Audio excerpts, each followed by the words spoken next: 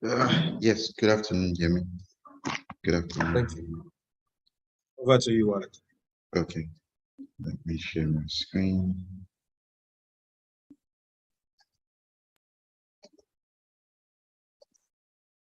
Okay. Okay, can we all see my screen?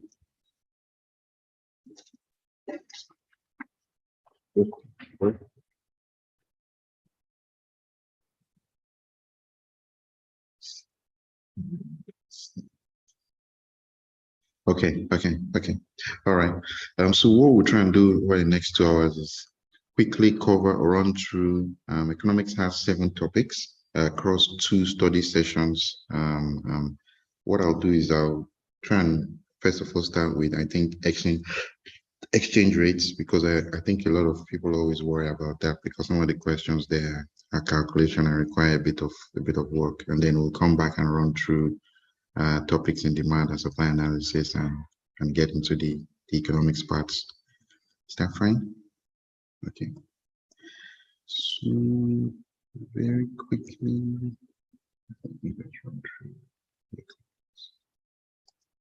okay. So reading 18 on currency and exchange rates, the goal basically is just to introduce the candidates to what exchange rates are, how people quote exchange rates within markets, how to distinguish between exchange rates, various exchange rates, how to calculate and interpret implied cross rates, and then also how to interpret and calculate and interpret the forward discount and the forward rate. Then the rest is just basically discussions. But you can see we'll be required to calculate the percentage change in the currency, and would also be required to calculate the spot rate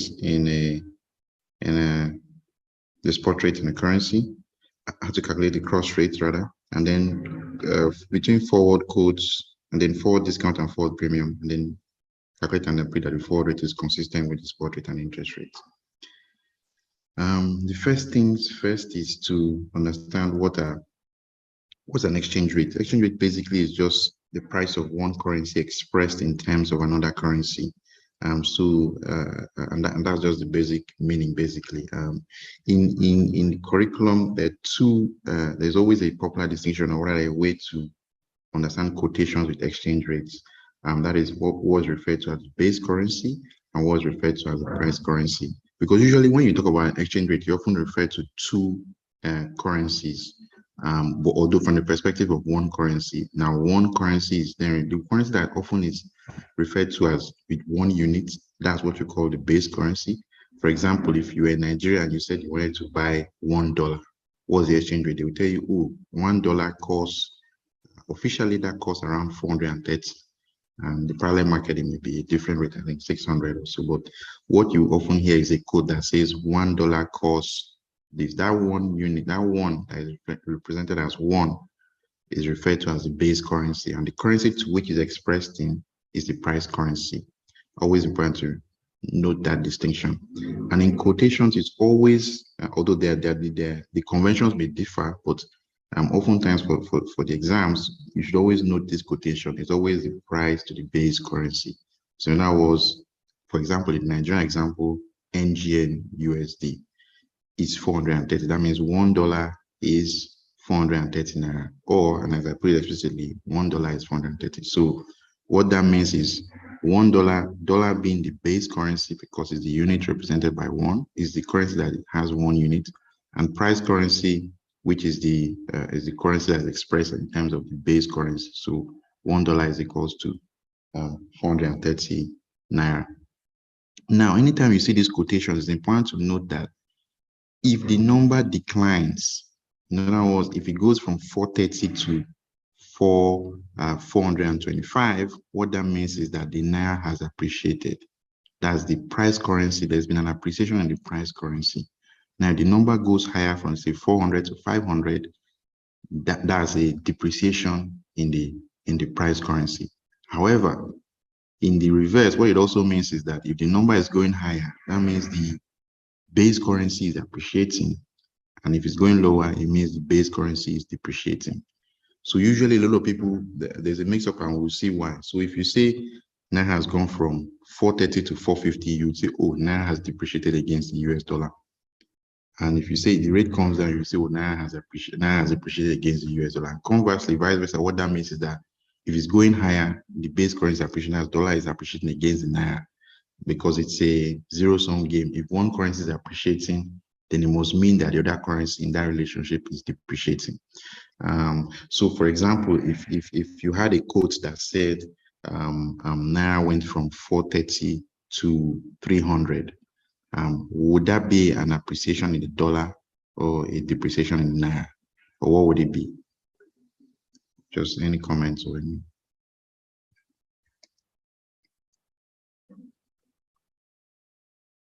Appreciation Naira, exactly, yeah.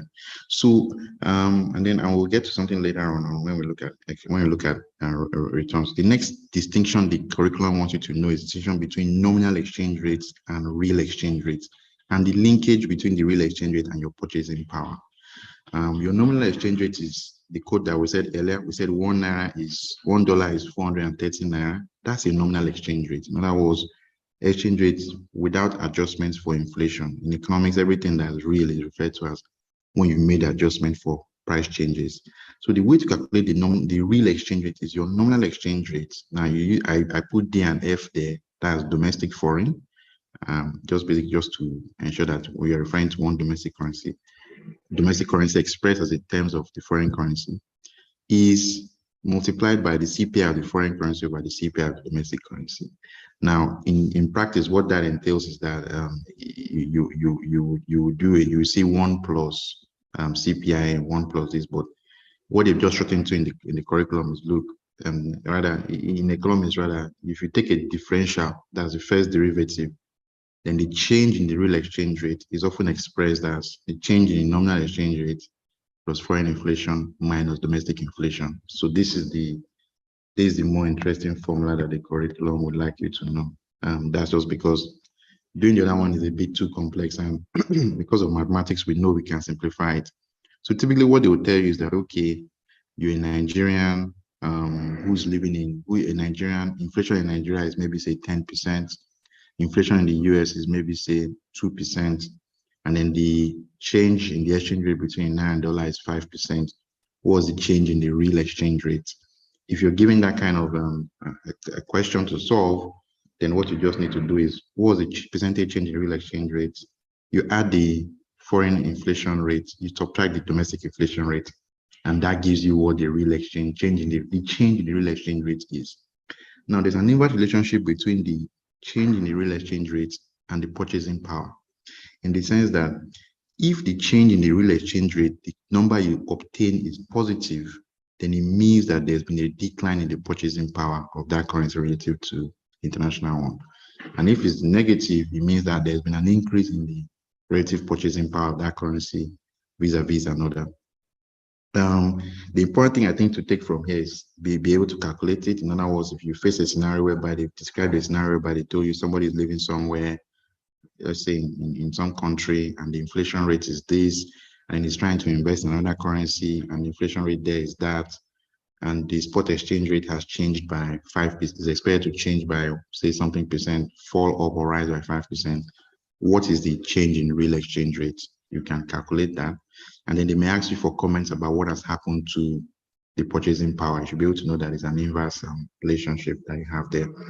And the real exchange rate is one of the many factors that influences the spot exchange rate of currencies.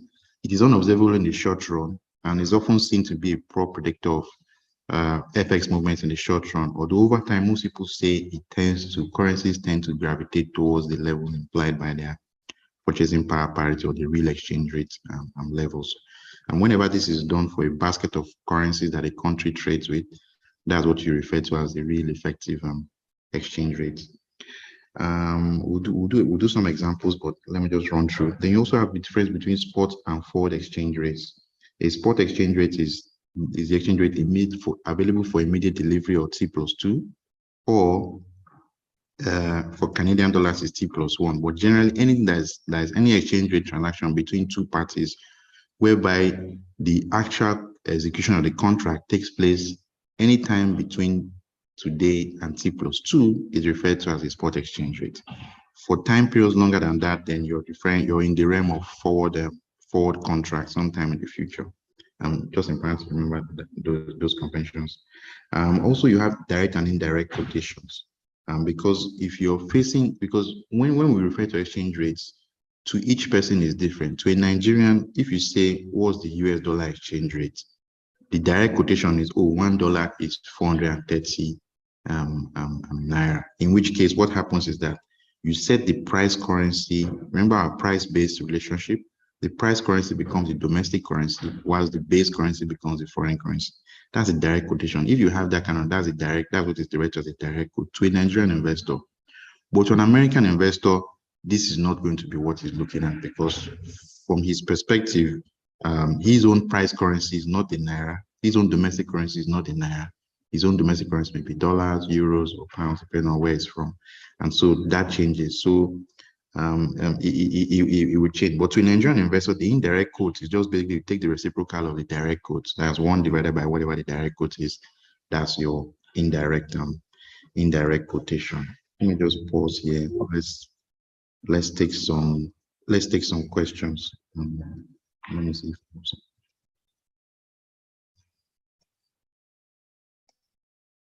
Yeah. Just 1 second. I'll just pull up the curriculum.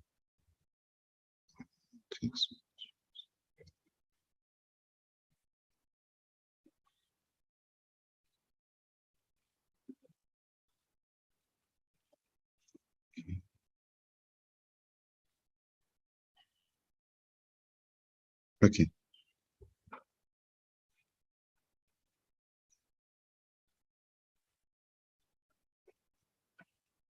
Let me just share my screen.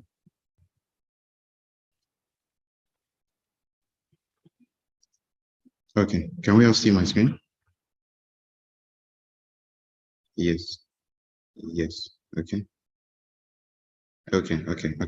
So in this example here, you have and this is the way the questions may typically come in the exams. They just basically tell you, there's an advisor located in Sydney, Australia.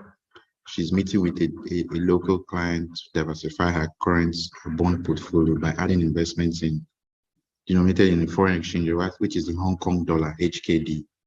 And they then make a series of statements and then ask to check whether those statements are correct or incorrect.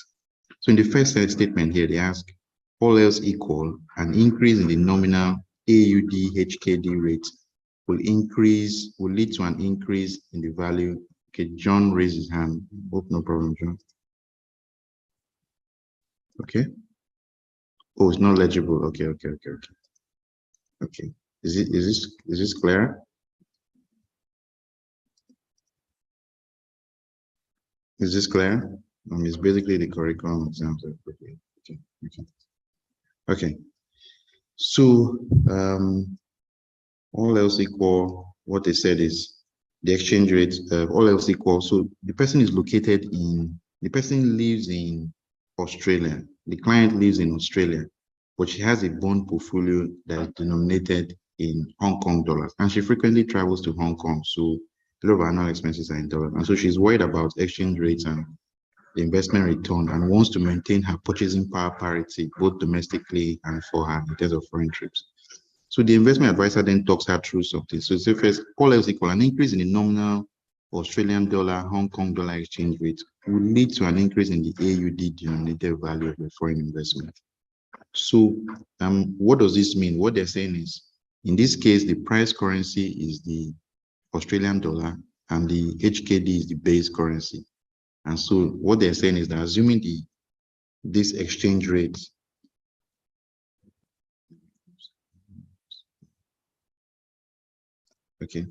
assuming this exchange rate is say 200, let's put numbers to it, 200, and they say it's increased to, let's say 205, always put numbers to it. From increasing from 200 to 205, this means what has happened. The Hong Kong dollar has appreciated against the Australian dollar, and the Australian dollar has depreciated against the Hong Kong dollar. That's why the rate is going up. And that's what they're saying. Say all else equal, an increase here. So what they're saying now is, will this lead to an increase in the AUD denominated value of a foreign investment? She's invested in HKD. So the answer is what? So the question is asking, so if typically this is what they will do, they then ask you for these statements, is statement 1 correct? Yes or no, A, B, or C? Statement 1 is it correct? Is it incorrect? Or who can guess what the answer would be? A, B, or C? No. So it's not correct. Someone says it's not correct. Does everybody agree?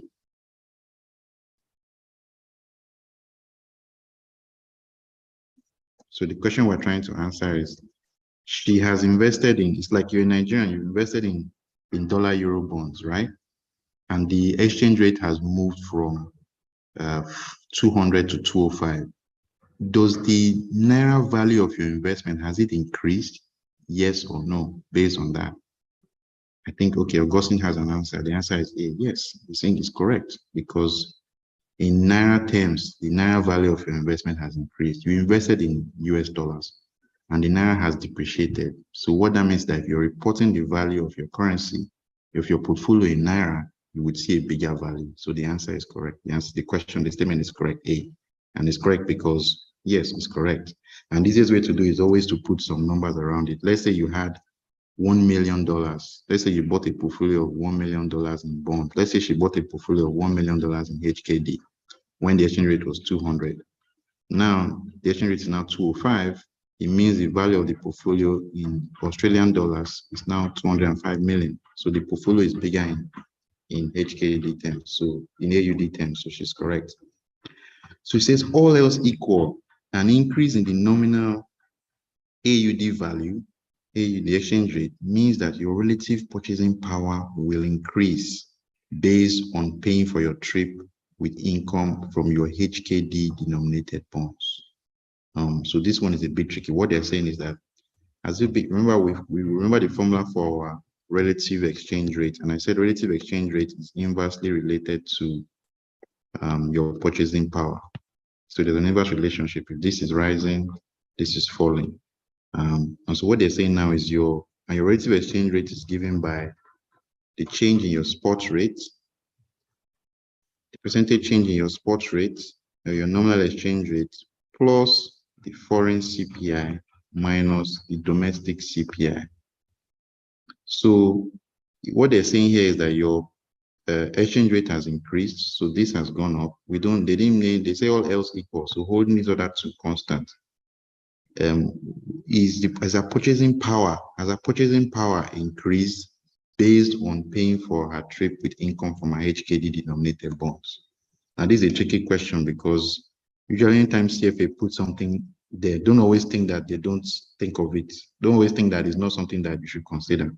So statement 2 say, is it correct? Is it B, incorrect because purchasing power is not affected? Or C, correct based on code convention, the client's relative purchasing power will be decreasing? Which would it be? A, B, or C? Take into consideration the fact that she's paying for her Hong Kong trips from income from her HKD denominated bonds. So that was when she travels to Hong Kong, she's using the HKD money. Is it C? C says incorrect because based on code convention, the client relative purchasing power will be decreasing. What of B?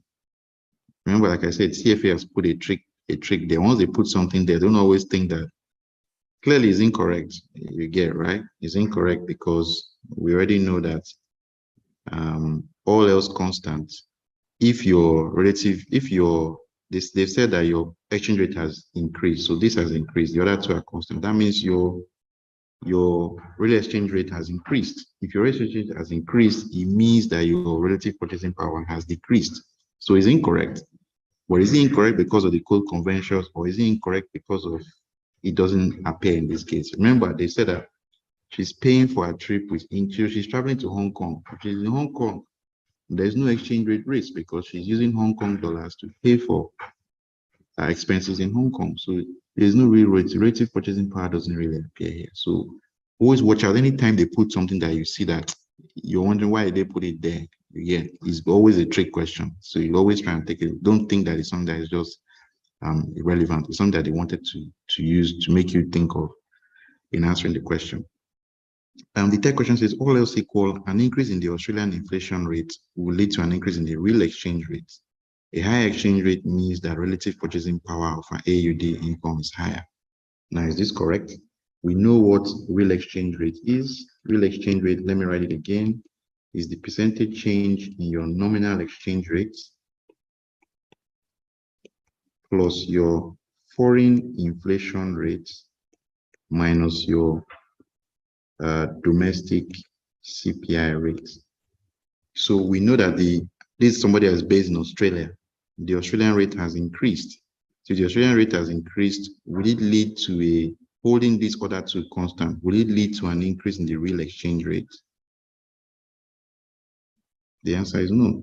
So it's clearly this first leg is incorrect because an increase in this rate would mean this is negative. So it will be reducing if you hold the other two constant. So it will be reducing this overall item. So it will not lead to an increase in this. And I say a higher real exchange rate means that relative purchasing power of your AUD denominated income is higher. Again, this is not correct because we know that there's an inverse relationship. So I'm sure by the time you look through, you see C would say exactly. Respect both to the real exchange rate and the purchasing power. So the answer here would be C for question 3 would be C. I'm sure if we check it, we'll see it's C exactly. So for question 4, they say, statement 4 says, let's just pull it up here.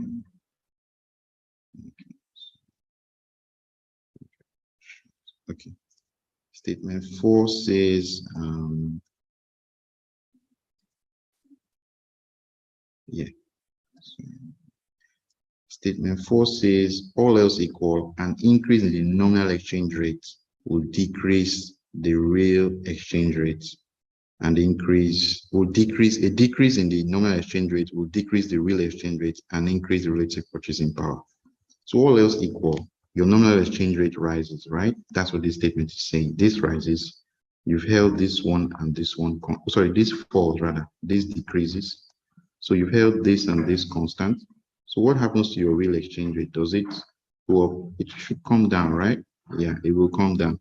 Now, if your real exchange rate is coming down, it then means that, remember we said it's inverse. So it means that your purchasing power will be rising. Statement 4 should be correct. If we go by the same format, yeah, should be correct because it's correct on all fronts. So statement 4 is C. I'm sure if you check the answers. Yeah, so statement 4, A is correct. Statement 3, C is correct. Statement 2, B is correct. There's also some questions here around, okay, to demonstrate the effect of changes in inflation rates and nominal rates. The advisor uses the following scenario. Suppose the AUD exchange rate increases by 5%. The price of goods and services in Hong Kong, which is the foreign currency, foreign CPI increases by 5%, and the price of Australian goods goes up by 2%. So in this case, what will be the change in the real exchange rate? Who can calculate that? The change in the real exchange rate. I'm sure that's what question 5 will be asking for. Yeah. Okay. Nominal value. Okay. Yeah, this is the same thing. Okay. Let me see. That will be question 6, I suspect. Yes. Okay, here they're saying what's the change in the relative purchasing power of clients AUD denominated? What does question 6 say? Who wants to try it? They've told you that the nominal exchange rate has increased by 5%.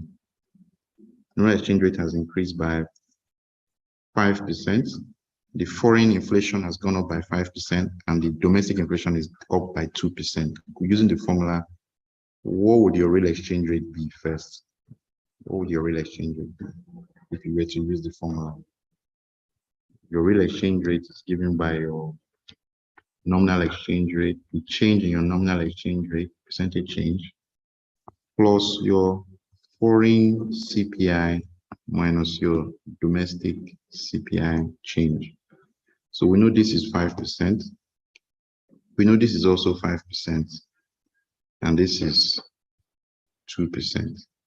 So the real exchange rate, the change in the real exchange rate is 8%, right? That's the change in the real exchange rate. But the question is not asking for, question 6 is not asking for the change in the real exchange rate. It's asking for the change in the relative purchasing power. Like I said, there's an inverse relationship between change in purchasing power and change in relative, change in the real exchange rate and change in purchasing power. So if the real exchange rate is rising by 8%, the relative purchasing power likely has declined by 8% because it's inverse. And in that case, A would be the answer for this question.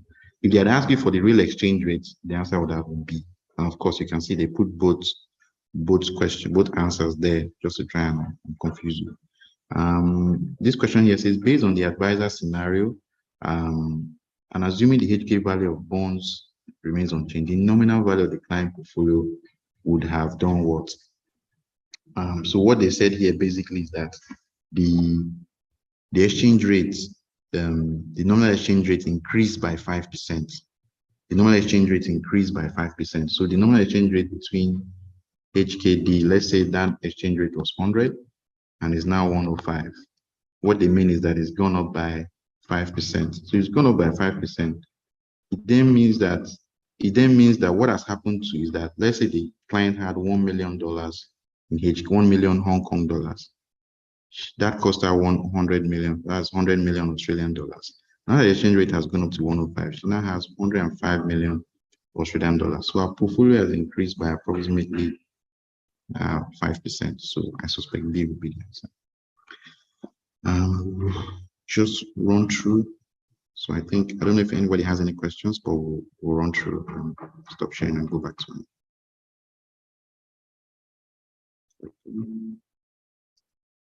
Yeah. Okay. Next thing also the curriculum would like you to know is conventions. How do people state conventions with regards to exchange rates? The most popular one most people often look at is you bid offer. Moreover, whenever you go to a dealer or somebody often tells you, it shows you bid and offer. Bid is where he's going to buy from you at. Sell is where he's going to sell to you at. So if you're a buyer, if you want to buy, you go to his offer, and if you want to sell, you go to his bid. The bid is always lower than the offer because, of course, if it's higher, then what it means is you can buy from him and sell back to him and make arbitrage of it. So it's always going to, whatever quotations you do, the bid must always be lower than the offer. The typical currencies are stated in 4 decimal places, so always try and keep to 4 decimal places, except the JPY, which is 2 decimal places. So in the exams, we always try and maintain that discipline of sticking to 4 decimal places. Now, this is another important distinction: is how do you compute depreciation and appreciation, currency appreciation and currency depreciation? When they say a currency has moved, has appreciated, within this our price to base notation, oftentimes you often see people misconstrue one thing for another. So when they say the NGN USD has moved from 400 to 430, that means most people just say, what most people say is that, oh, Naira has depreciated by 7.5% against the dollar. That's what most people will say. But actually, that rate you're referring to is an appreciation in the US dollar against Naira. So what you're referring to is the US dollar has appreciated 7.5% against Naira. The real Naira depreciation is 7%. In other words, Naira has depreciated 7% against the US dollar. Note that it's not a mirror image. So in other words, most people would just assume that it's the same thing, but it's not a mirror image. Always understand this distinction, because depending on what you're referring to, the calculation is different. Now, how do you get the first calculation? How do you get this appreciation in the US dollar? Remember, the US dollar is our base currency and the Naira is our price currency. To calculate the appreciation or percentage change in the base currency, what you just simply do is old rates, or rather new rates, divided by your old rates, minus 1. That's if you want to calculate in your base currency, and that will give you 7.5%. But if you wanted to define the depreciation from the perspective of the price currency, then what you do is 400 divided by 430 minus 1, which would give you minus 7%. That's depreciation in the naira relative to the dollar. Most times in popular media, what you see is this, and they often call it naira depreciation. In reality, that is, and that sign will always be a plus. It's always going to be a plus because that's it. The depreciation, which is the minus, comes when you use the, or that we use this other from calculation to calculate it. So it tells you what's the depreciation in the naira, 7%, because sometimes you have to be careful. In the exams, they would ask you what's the depreciation in the naira, and they will go and show you 7.5 and 7%. You get, or they'll tell you, oh, this currency, which is the base currency, has appreciated this percent against the dollar or against this other currency. What's the depreciation? What's the appreciation? You need to be aware of that. And we've seen some examples as well, how they also play around that as well. Next thing you also want to know is what is referred to as the cross exchange rate. Now, typically for most currencies, rather for the very big advanced country currencies, you have very liquid markets for their exchange rates. So for example, between the US dollar and the euros, between the US dollar and British pound, between the dollar and the Japanese yen, there is a very liquid market between those two currencies. But once you leave those two currencies and move to other currencies, you typically don't find a direct rate, particularly for currency pairs that are not popular. For example, if you need to exchange Naira with Ghanaian cedis, there is no natural market between those exchanges, those currencies. So because there's no natural market between those currencies, what you find is that what people actually do is they go and buy a third currency that is common across those two currencies and then try and work out what the implied cross rate should be. So for example, you wanted to buy Ghanaian cedis today in Nigeria, what happens is they'd actually buy you dollars, and then with the dollars, use it to buy Ghanaian cedis because there's a liquid Ghana cedis to dollars market. But there's no liquid Ghana cedis and Nigerian naira exchange rates. Yeah, so that's often why. So because of that, people work out with the cross rate. The cross rate is if you have a common currency, third currency between two currencies, you can work out what the implied exchange rate is between those two currencies, and that's your cross rate. If the quoted rate in the market is different from the cross rate, then there's an arbitrage opportunity there that if you're a trader, you can unlock from there. You also have what we refer to as points and for so when we leave the sports market and start talking about forwards, so we start dealing in forward exchange rates and the sort. Like I said, the forward exchange rate is a market when you're dealing with settlement that is beyond 2 days. For most markets, so beyond 2 days, let's say 10 days delivery, where I want to buy us and agree a rate today, such that I'll pay you dollars, I'll deliver dollars to you in 30 days time. That's a forward transaction. Now, typically what happens is people often quote the forward rate as a ratio or some metric over what the spot rate is. So for example, they use forward points, and your forward point is calculated by the difference between the forward rate they've given you and the spot rate today times 10,000. That's the forward point. If it's a percentage, sometimes they can express the forward rate as a share of the spot rate. So they'll say, oh, okay, the forward rate is something, some percentage, or is 5% of the spot rate. So you can easily work out what it is. If it's a positive number, is a forward premium. Is a negative number, is a discount, and that's it. To calculate the forward rate is your spot rate 1 plus the forward points, which we calculated earlier as a percentage. You use 10,000 for most currencies and 100 for the yen. So yeah, the yen, because the yen is two decimal places. A currency can trade at a forward premium or discount to the spot. When a currency is trading at a forward premium to the spot rate, it means the forward rate is higher than the spot rate. So for example, the example I have here, I said the euro dollar is trading at, that's 1 euro is $1.2345. Now the forward rate, however, is 1 euro is, let's say the forward rate here is 6 months down the line is 1.2360. So that means it's higher than where the spot is. And so the currency, the euro is trading at a forward premium to the dollar. And that's in the forward market. At the same way, you could also have a forward discount as well. And we'll see why, subsequently, why some currencies trade at a forward rate or a forward discount to where the spot is. Let's just stop here and do some examples. Okay.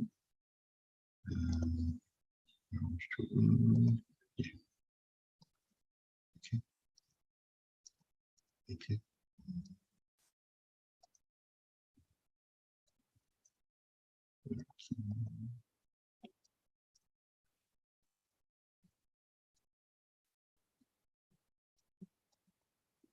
Okay, so this one will work for our spot rate calculation. So yeah, so a research report by a dealer includes the following, right? So here they've given us, we want to calculate so in this case you have 1, 2, 3, 4, 5 currencies, sorry, 4 currencies here, the dollar, the euros, the Swiss franc, CHF, and the British pound. And so here you have, again, you have 3 currencies that the exchange rate related to the dollar was provided, and you also are, and then it's asking you what's the cross rate between the CHF and the euros. That's the Swiss franc and the euros, because there's no direct market. Good. To calculate that, we'll just do some arithmetic. So first thing to note is that a cross rate involves a third currency that's common to those 2 currencies. Here, the question wants you to calculate this cross rate between the euros and the Swiss franc. So the 2 relationships that are of interest is this one and this one.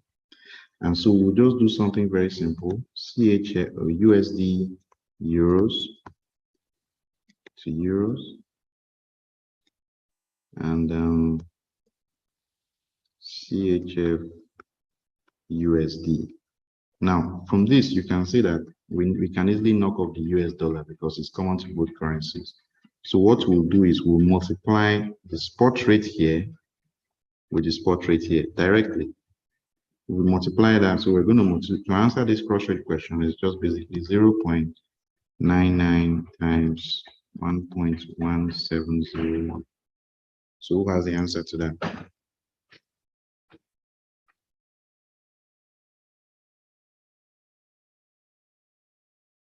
Who has the answer? C. C? Yeah, so 1.1584. 4 decimal places, I said. Yeah, 1.158. So that's how you calculate the spot rate for this currency. Now let's tackle the next one. So in the next case, we're being asked to calculate what's the spot rate between the GBP and EUR. Here again, we're going to take the question. The relationships of question is this and this. So you have USD GBP times USD euros. And this is a bit tricky. So what you do is you need to invert one relationship. So you take the inverse. You take the inverse of one of the relationships in question. So you take the inverse. So in this case, we'll go with 1.3118 times 1 over 1.1701. So we take the inverse of the other quote. So that if we take the inverse, what would happen is the euro will now be on top and this, and then we strike out and have the equation we're looking for. So if we did that, what will we get?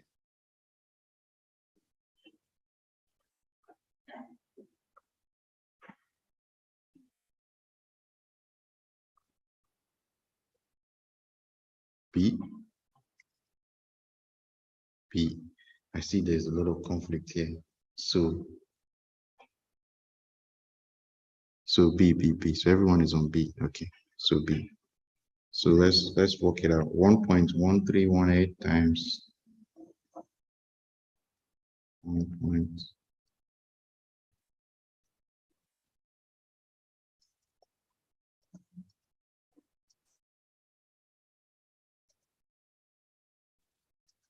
Yep. So 1.11211, right? So okay, that's fine. Now the next question here is going to remember our trick about which currency is appreciating. That's the third question. Okay, question from Faith. You can type out your question. You can work out based on question 3. It says the euro is expected to appreciate by how much against the dollar over the next 1 year. Okay, Faith is asking why we're inverting it, because if we didn't invert it, what would happen is we wanted to get USD GBP, USD euros, right? If we didn't invert it, we'll be, whatever we are doing, we're always trying to strike out the euros. We're always trying to strike out the euro. That's what we're trying to strike out the US dollar from the relationship. So if we just went ahead and multiplied it straight away, it would be USD will still be in the equation. We will not be able to strike out USD. So the only way we can strike out USD is we did an inversion. It becomes USD times Euro USD over GBP, in which case this strikes out, and we are left with our equation. Inverse of USD GBP. Oh, okay. I see what you mean. Inverse of USD GBP is not providing.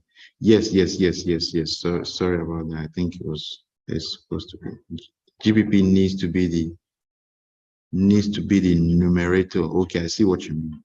So you want to take the inverse of this and multiply by the other one. Gives you A. Okay, let's check who's correct. Oh, A is actually correct. A is the answer, so it's A. So 0.8920. Actually, it's the other way. So yes, so what they did was they inverted the GBP function. So yeah, so it's the same thing. Okay. Are we happy now? It's actually A, not B.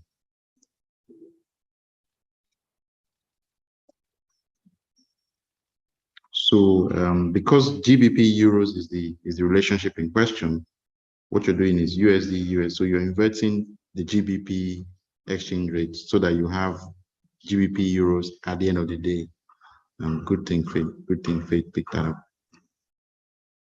Okay, so the next question is, I think we have to do this because it was what I was talking about earlier. Based on the exhibit, the euro is expected to appreciate by how much against the dollars? So by how much? So you have the euro. This is the question we're looking at. Over the next 1 year, the spot rate is expected to move from 1.7. Okay, to know which one to exchange, always pick the one that settles closer to the target question you're looking at. So the question here is saying, what's the GBP EUR? So whatever you strike up, it must be such a way that you end up having GBP at the top and euros as the numerator. That's always the trick. So however you spin it, just make sure that you end up, however you run this relationship, just make sure you end up with the GBP being on top and the euros being and the numerator. So the GBP is the numerator and the euros is the denominator. That's always. Maybe I'll just erase this and run through again.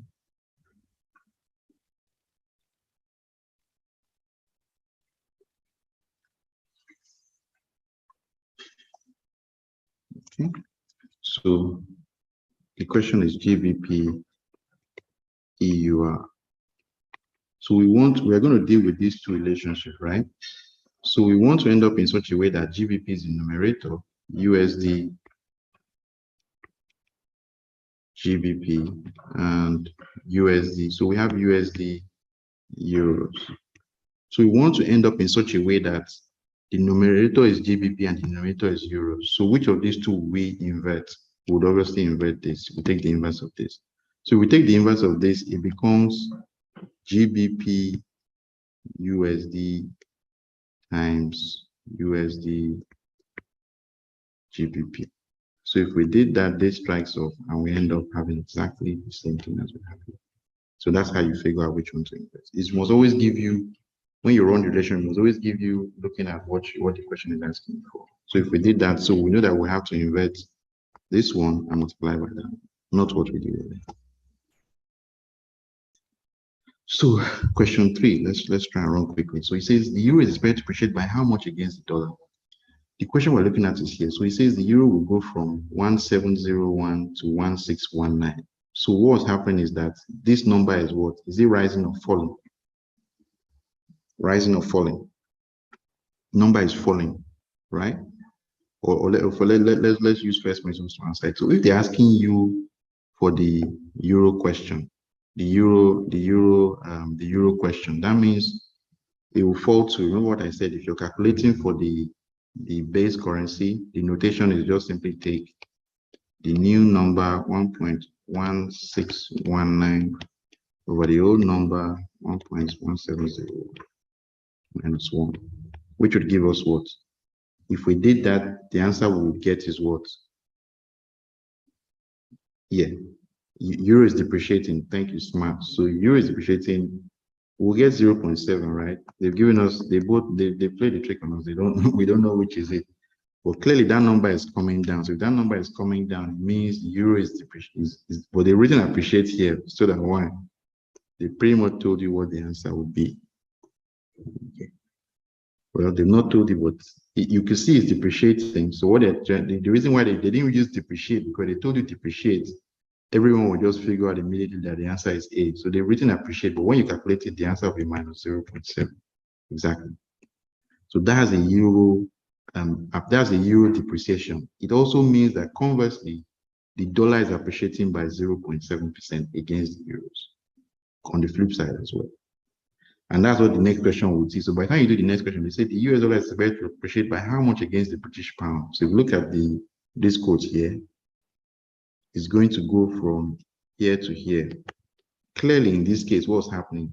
The pound is depreciating and appreciating. The pound is depreciating against the currency, and the dollar is appreciating. So the dollar is appreciating. It's going to be one of these two. And so I think Mana has said it is C. So the answer is C. So it is 0. So in that case, it will be, because we are calculating for, it will be 1.3118 over 1.3066 minus 1, which is, yeah. Okay, so just always be on the watch out for that. And then some of these questions are implied questions. So by next year, the Swiss franc is expected to depreciate against the pound, euro. You don't need any calculation to answer this question. Who can tell us what the answer is? You don't need to calculate to answer that question. Over the next 1 year.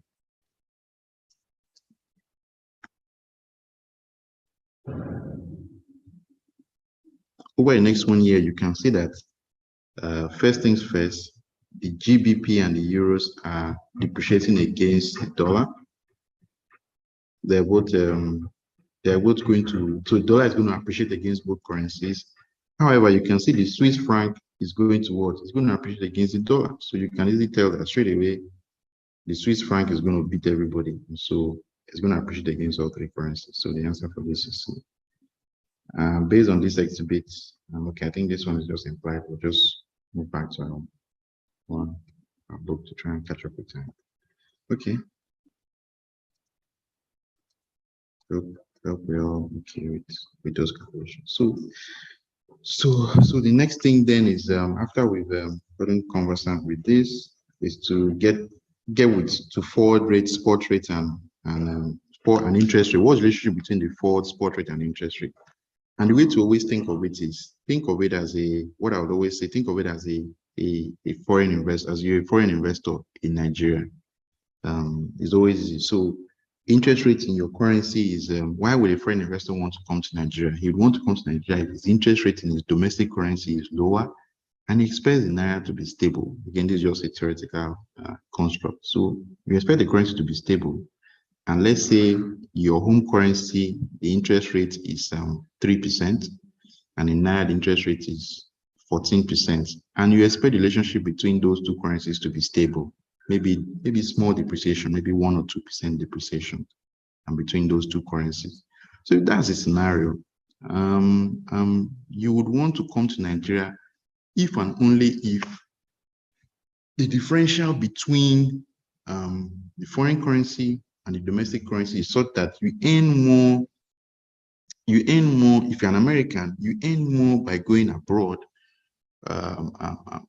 Such that even if you adjust for the potential depreciation, it's still there, it still covers you.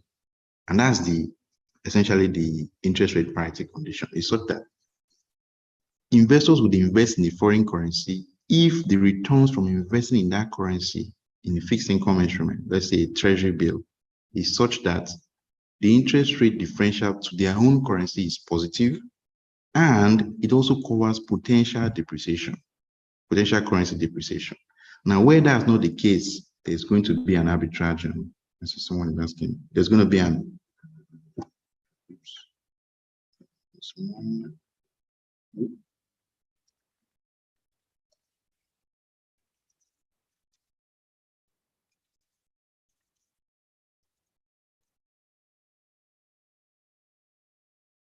Okay.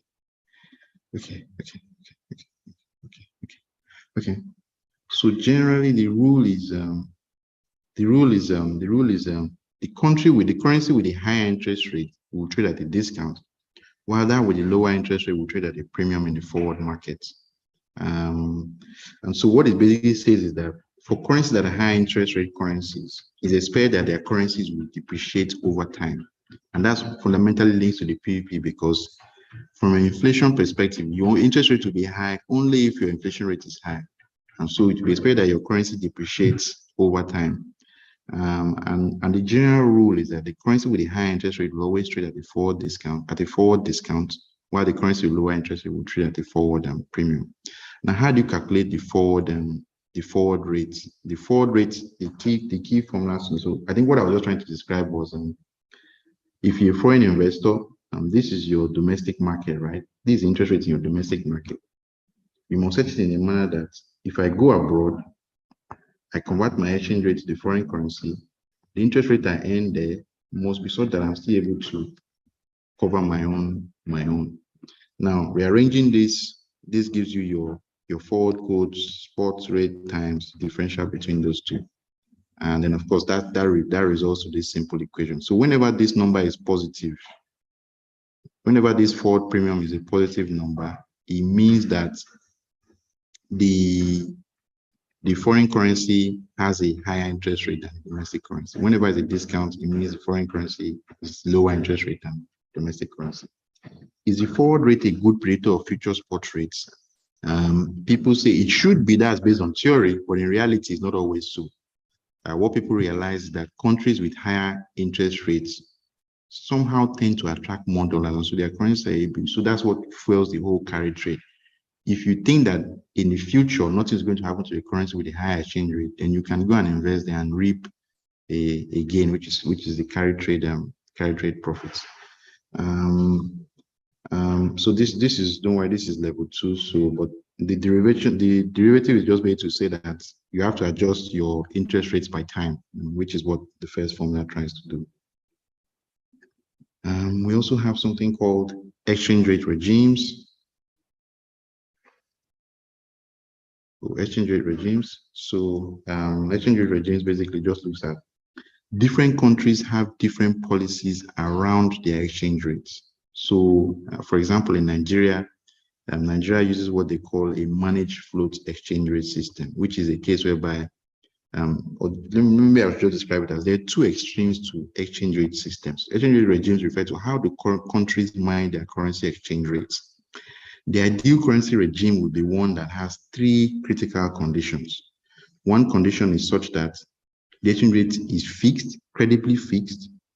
And then 2, all currencies are fully convertible. So in other words, you don't have any need for cross rates because there's full convertibility between all currencies. If I'm an American, I want to buy, let me look for one currency that's obscure. Ugandan shillings. I will be able to buy it without having to go through a third exchange rate. I'll be able to buy it. Then each country must be able to undertake full independent monetary policy in regards of its domestic objectives. What people have realized over time is that these 3, no country can attain these 3 properties. No currency can attain it. So what people do is they can only pick 2 and ignore 1, depending on what it is. So countries can pursue any two of these points, and it's what is called in economics the impossible trinity. Countries can pick any 2 of these objectives. You can't, but you always have to ignore the 3rd one. You can't always attain all 3 at the same time. What he's trying to say is that all current countries, they want their exchange rate with their trading partners to be relatively stable or fixed, credibly fixed, which is stable. And they want so that there's free flow, that's full convertibility. In other words, dollar naira, there's no liquidity issues or things like that. It's fully convertible. And lastly, countries will also want to be able to manage monetary policy in a manner that they can pursue domestic objectives. For example, if inflation is rising, you want to be able to credibly say, okay, I'll raise interest rates to reduce my inflation and things like that. But you can't always, what in reality obtain price, you can't always pursue all three. You can only pick two and ignore the third one. So we have different currency regimes. You have dollarized, in which case countries obtain 100%, they use another country's currencies. For example, in Ecuador, they use the US dollar. Zimbabwe, occasionally they mean something. And some countries that just use another country's currency, in which case they've gone full dollarized. You also have a monetary union. For example, the Eurozone. The Eurozone is a monetary union. All countries within the Eurozone use the euro as their common currency. They try and coordinate their economic policy in such a way that the currency is stable. You have currency board, which is Hong Kong. What they do is they adjust their currency. It's a currency board that sets their exchange rates. They set their monetary policy in a manner that tries to keep their exchange rate stable based on the amount of dollars they have within the country. We also have countries that do a fixed parity, which is basically like a peg system, basically a fixed peg. This is where our exchange rate is, nothing more, nothing less. For example, the CFA franc countries, all a peg arrangement whereby they're pegged to the euros via the French treasury. The problem with pegs is that you need a large amount of foreign exchange reserves or someone who is credible enough to anchor the peg and guarantee it at every point in time. We also have countries that use crawling peg systems, in which case their currency depreciates at a very rate to, let's say, 2-3% every year to the dollar or to some exchange rate. You have crawling bands, which say, okay, within a band between 3 to 5 would allow the currency to depreciate. You have money float, which is where a lot of countries lie. They don't hold their currency too strong. At the same time, they manage it. So they give flexibility when they need to be flexible. And then at the same time, they also try and manage the exchange rate when they think there's volatility. You also have a floating exchange rate system, which is just basically currencies, market forces determine if countries aren't involved in setting prices or anything. It's just fully pure market exchange rate systems. Yeah. So last thing about exchange rate is what drives the exchange rate. Most people always think that exchange rate is anchored fundamentally to your trade balance. So in other words, whatever drives your trade balance ultimately is what will determine your exchange rate. And so one of the things people say is the elasticity approach. Now, what the elasticity approach says is that there's this story people always say that if you depreciate your currency, your exports will become, it's an incentive for exports. At the same time, it also helps reduce imports if you allow your currency to depreciate. And if your currency appreciates too strongly, then it means that your imports will grow and your exports will shrink. So what people was the set of condition is the Marshallina condition, which shows that what basically just try to say is that the elasticity of your exports and imports, if your imports and exports are highly elastic, then to the extent to which they're highly elastic, your changes in your currency will impact your exports and imports. But if your currencies, if your imports or exports are not elastic, in other words, even though they devalue a lot, or even if your currency changes by a lot, they're not going to respond. Then devaluation would not necessarily be effective in addressing your balance of trade deficit. That's long and short. So if, for example, you're a country that imports a lot of raw materials for your factories and everything, and because your countries, you have to rely on those. For example, you have to import food, oil, and you don't have any other source. Even if you depreciate your currencies by a lot, then your trade balance is not going to move because those items can't change. But if they are luxury goods or items that are not necessities, then of course, if you devalue your currency, then of course it does drive adjustments in the trade balance. I think and then I think what this just says is that there's also a Jacob effect, there's also a time lag between when some of these things happen. Okay. I think I'll just stop here and try and run through to elasticities. Elasticity. So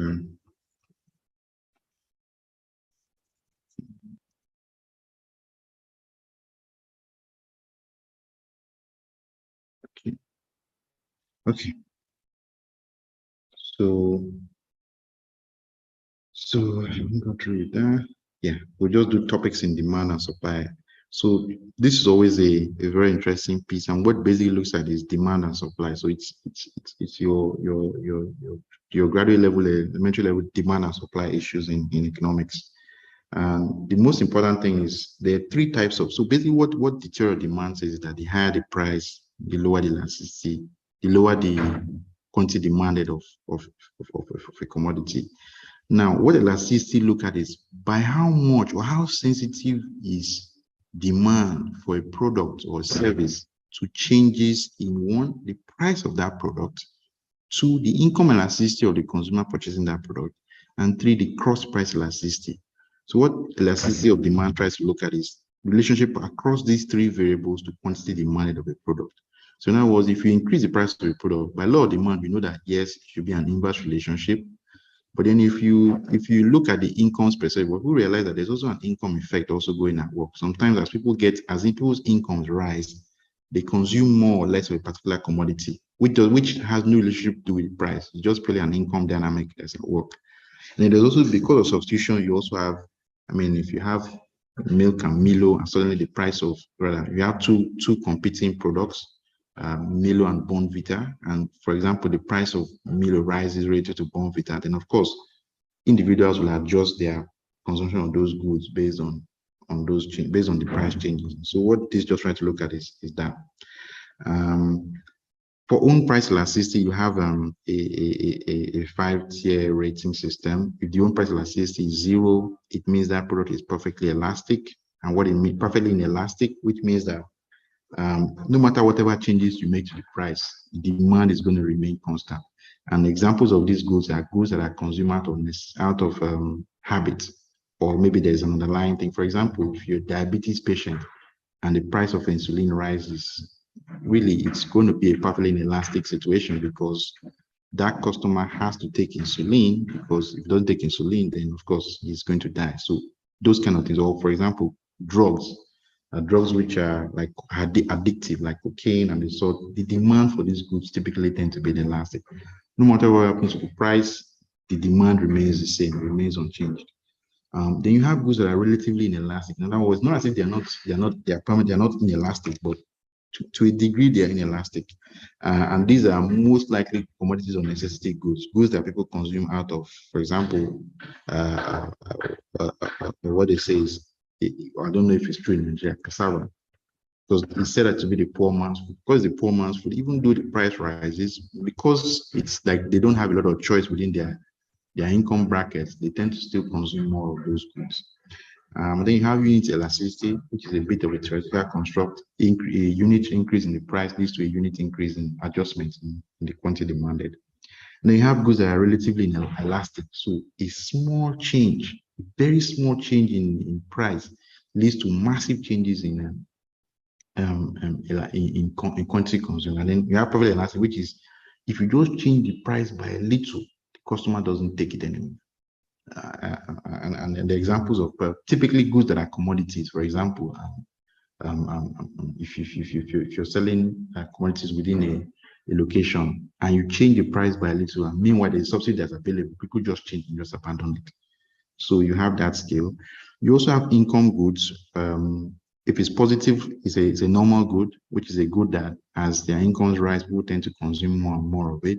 Of course, an inferior good, as their incomes rise, they tend to consume less and less of it. And then substitute goods, if the cross price elasticity is positive, it's a substitute good. If it's negative, then it's a complementary good. We will try and work out some examples to just show that. Yeah.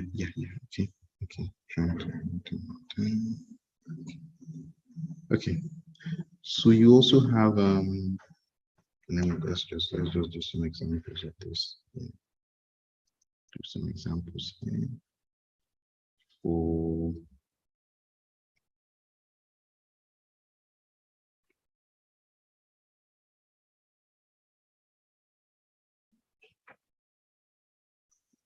okay, 1 second.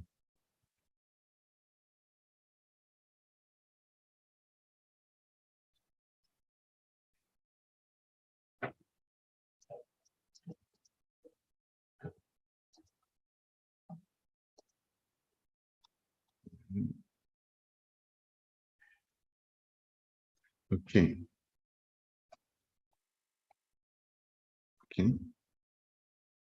So yeah, so we have an example here whereby not everybody can see the screen. Okay. So we have a question here that will pretty much deal with this. These are the questions will come. So you have the market demand for 4-year private universities given by this equation. So this is demand for private universities, and you have one. This is the price of private universities here, which is own price. You have income, which is I, and you have PU, which is the price of public universities. So we have three different relationships to investigate here. Now, they said the price elasticity of demand for private universities is closest to. So in solving questions that have to do with price elasticity or with elasticity in general, the first thing you need to do is work out what the, okay, let me just pull it up.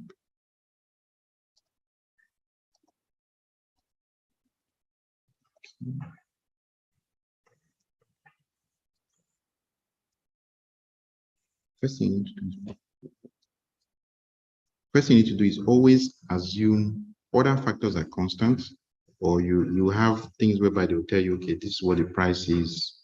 So in the question, they'll tell you, assume the price of university is given by, price of private university is given by 38, income is 100, and P is 100. The first thing you always need to do is work out what the quantity demanded at that level is, and then you then make the coefficient of the elasticity component, the elasticity quotient in particular. So in this case, they're asking for, remember, we have three types of elasticities. We have price elasticity, income elasticity, and cross price elasticity.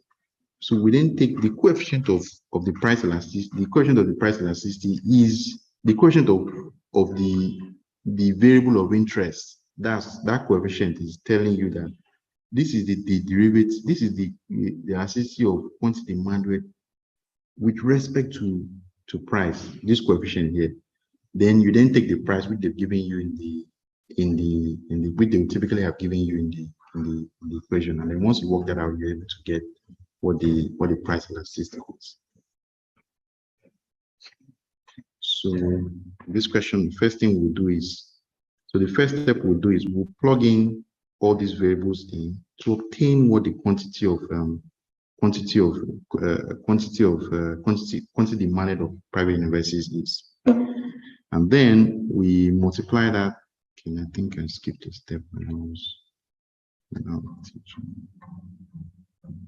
Yeah, let me just pause here.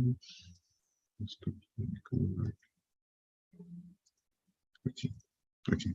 So when you're calculating price elasticity formula is given by the percentage change in quantity demanded of a product with respect to that product divided by the percentage change in price. So always remember that the percentage change in quantity demanded by the percentage change in price times the percentage change in price. Now, what it often revolves or resettles to doing is, if you run some again calculus, is that the function always resolves itself to something that looks like this, in which case this first term here is given by your if you remember calculus, is given by your first derivative. And so because the first derivative is always the coefficient of a certain term, the next thing you have is your price, which will always be given to you, and your quantity demanded, which is what you will always solve for. So once you're able to figure out what this number is, multiplied by price over quantity demanded, you have your elasticity of price. So we'll do a simple example, and I'll show you using that question. We'll use that, and we'll see how to work it out. Okay. So now remember the three things we're going to have to compute. First thing is the derivative.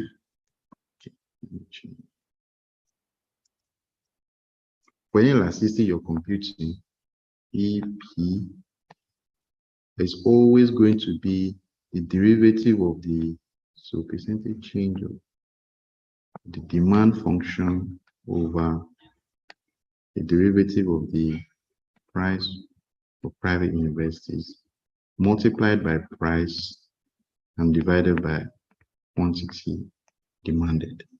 So this is what you always do. Now this item here, this first term here, anytime you're calculating, just go and look at what is the elasticity I'm trying to compute. I'm trying to compute the price elasticity of demand for private university. So that means the price elasticity of demand for private university, the coefficient, just go and take the coefficient, because if we do a derivative, which is this divided by this is going to be the term. That's always what this first term is. Your price, you're always going to be given the question, which is your price here. And then your QD is the one you ultimately always have to solve for. Solve for by plugging in all these values into the equation. We'll solve for what that is. By the time we solve it, we'll come back and multiply, we'll sort out for this term. We'll get what our price elasticity of demand is. So the first thing we needed to do is, we know this first term is minus 3.1. Now this quantity demanded, quantity of price, we know is minus 3.1. We know the price has been given to us is 38. Now, how do we get our quantity demanded, QD? Our quantity demanded is given by this function. We just plug in 38 here for price. We plug in 100 here, and we plug in 18 here, and we get our. So if we did that, will be 84 minus 3.1 times 38 plus 0.8 times 100 and plus 0.9 times 18. So if we work that out, what's the sum that we get? What's the number that we get? 62.4. Okay, someone has done 62.4. Is everybody in agreement? So now 62.4, we then plug it into this equation here, where we're going to have minus 3.1 times 38 divided by 62.4. What do we get? We get 1.9. 1.9. Okay, 1.9. So the minus, yeah. So that's our price elasticity of demand. So now, if we were to solve for the elasticity of income, again given the same equation, it would be something that looks like this, whereby your delta quantity demanded. Don't worry. Let's not be in a hurry. Something with respect to income times your income over your quantity demanded. So that's how we solve for it. So we know what this first coefficient term is. Just go and check here, 0.8. So that term is going to be given by 0.8. The income level is 100. And we know the other one is what? 62.4. So if we solve for that, what do we get? We should get 3. So if we had to solve it for the third term, which is your cross price elasticity, it will be cross price elasticity of demand, again, delta QD, delta X1 equals to the price of private university, which is the other product, X1 over QD. So again, we know what this first term is. It's going to be given by 0.9 times 18 over 62.4. So if we solve that, what do we get? 0.3. So 0.3. Yeah. So that's basically how you solve price elasticity questions. Basically, it's always to, if you are given an equation like that, just try and figure out, just understand that anything you're given this kind of equation, just always understand that depending on which elasticity you're computing, the coefficient is always relating to that. That's always this first term here. The price is always going to be given, and your quantity demanded is when you plug in all your variables inside it, you solve for it, that's your quantity demanded, and from there you just pretty much work everything from there. Really. I think there's another example like that in the book. Yeah. Okay, yeah, something like this as well. So you see another example here. Individual demand for onions is given by something like this. Again, it's the same way to solve it. I mean, can somebody solve this? And let's see what the answer is. Question 5. So they're asking for what's the cross price elasticity of demand with respect to tomatoes. So here again, they've given you price of onions, which is this. They've given you household income, which is $2,500, and they're giving you the price of tomatoes, which is that. So if you solve your first, if you solve for quantity demand, so again here what we're looking for is for cross price elasticity. So that's the quantity demanded equation, the cross price elasticity, which is times price of cross price product over quantity demanded. We know this first function, this coefficient is this, is a coefficient, and this is it. So it's going to be 0.16. You know the price of onions, of tomatoes is 3.75, and we worked out what our quantity demanded is. What would our quantity demanded be? Just basically plug in all those items in, we can work out what it is. Anybody tried it? Number 5.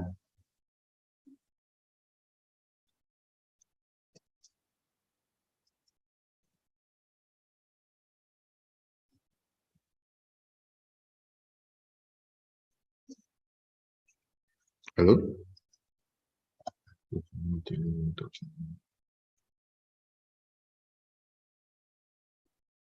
Hello? Anybody trying number 5?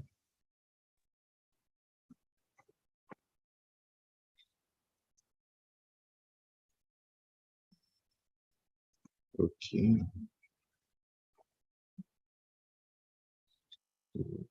0.05 times 1.25 plus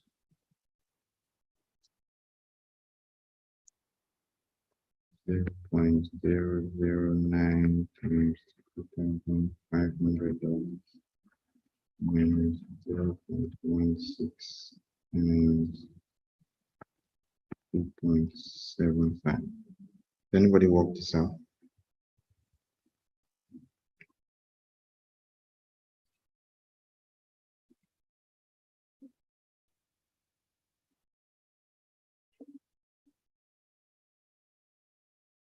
Hello? Oops, it's like I closed this.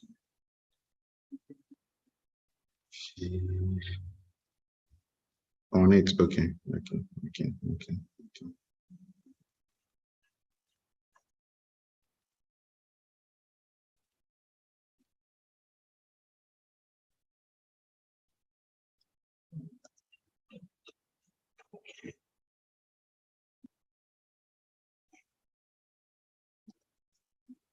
Okay, 24.83. So we have 24.83. So if we then plug that in here, we know minus 0.16 times the price of onions with respect to tomatoes is 3.75 all over 24.83. This would give us, what would this answer be?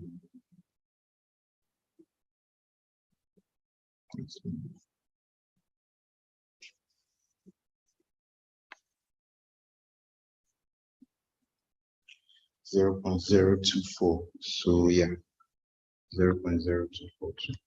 That's the cross price elasticity of demand. Yeah. So basically, it's if you have anything to do with okay, answers for 3 and 4. We did 3 and 4. Okay. 3 and 4.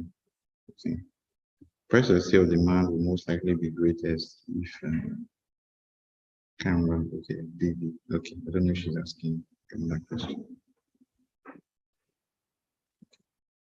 Okay. So basically that's the trick around solving elasticity questions. Major trick around solving elasticity questions. So, yeah. So you're able to figure out whether it's income, price, or cross price, just being able to, and then being able to interpret what those terms means. So because typically once they ask you, they don't tell you, is it elastic income or is it subsidy good or a normal good?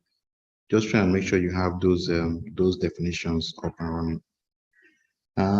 The rest of the syllabus is just basically, I mean, most of it is elementary economics.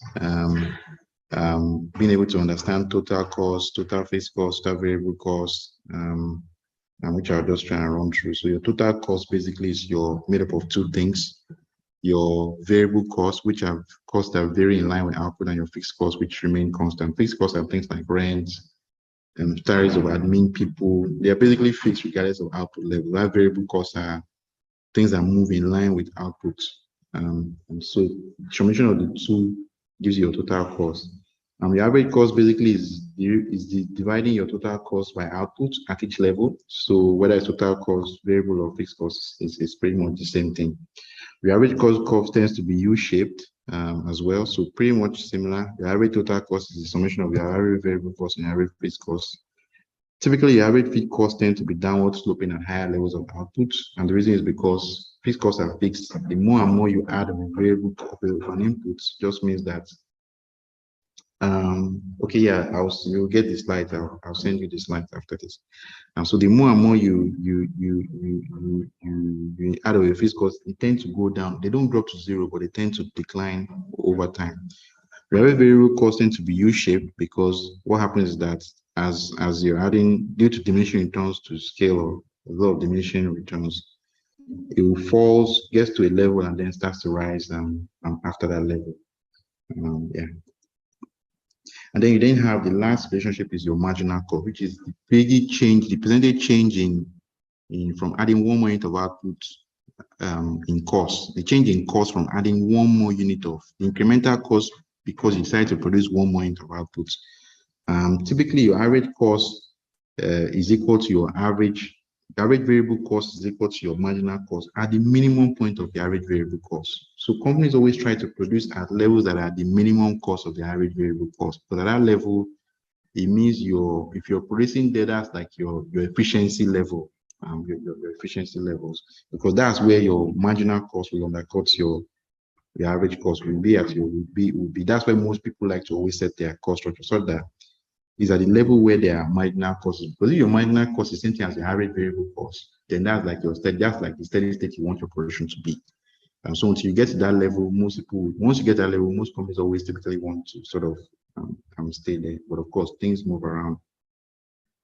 Under perfect competition, your cost curves tend to move around, but your cost curve tend to always be the same. The important thing that changes is the market structure that the firm is facing. I think what they would always want to ask you is what level is defined as the break-even point for firms when they are producing, and when should firms shut down?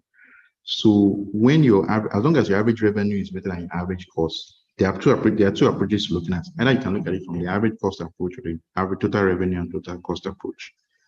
When your average revenue exceeds your average cost, of course, companies should continue. The problem always is when your average cost exceeds your average revenue.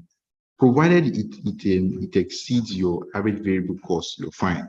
You can continue in the short run. But over time, if that situation doesn't change, then you may want to consider exiting the industry.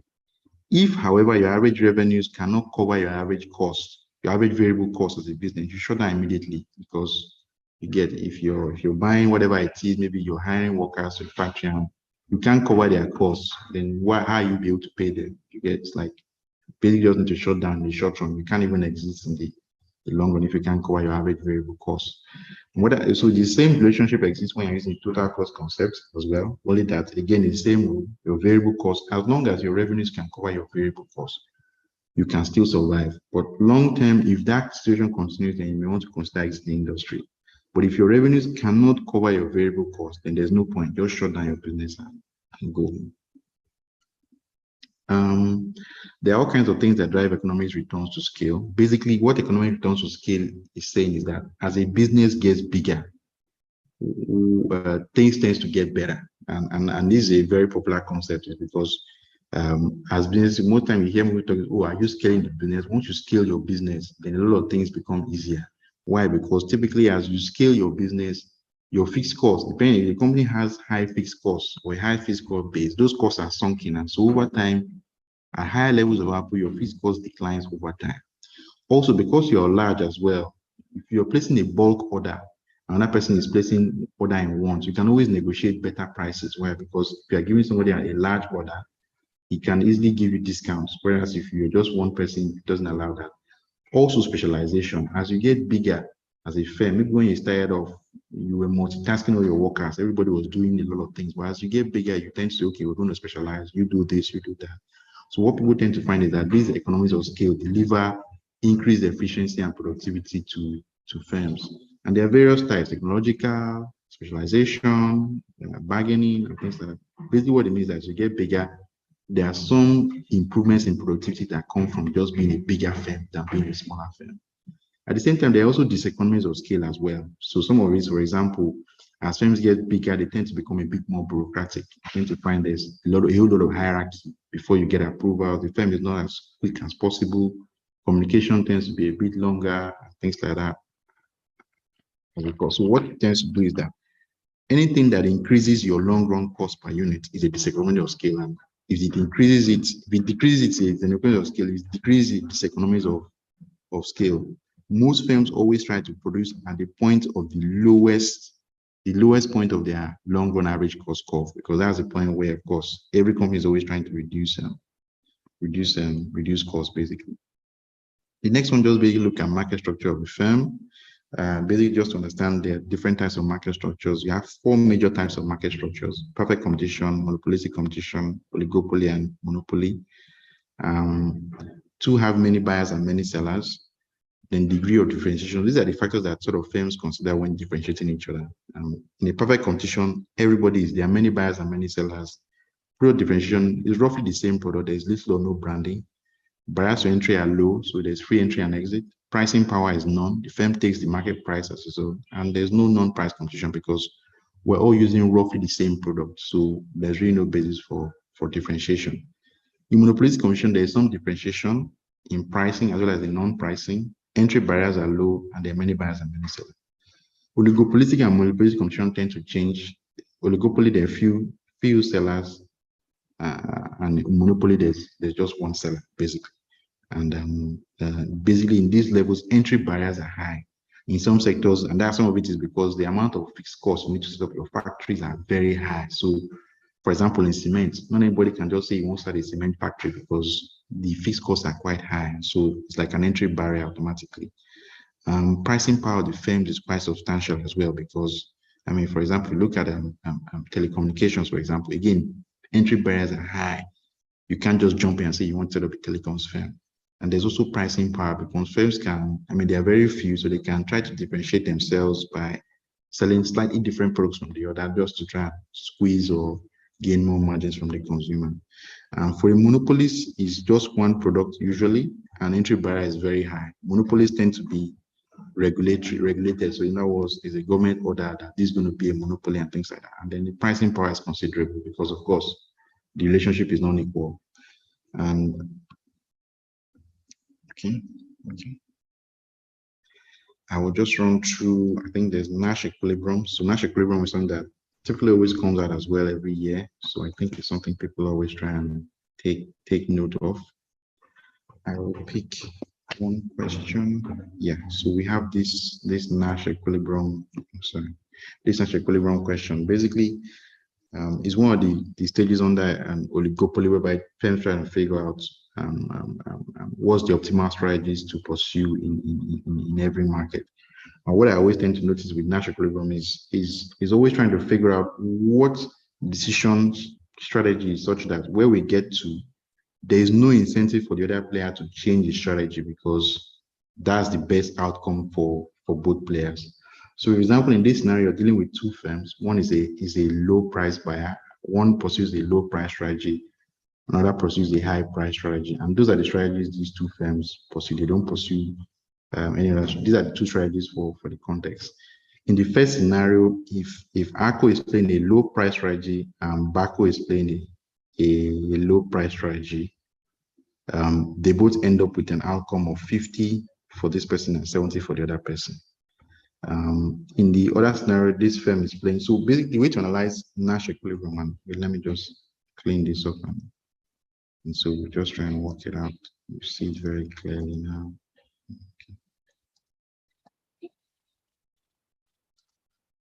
Okay.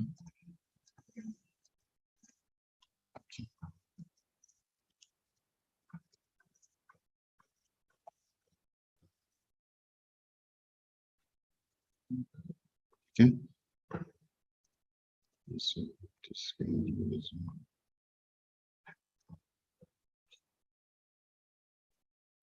okay. Okay. Okay. So we have a Nash equilibrium type scenario here.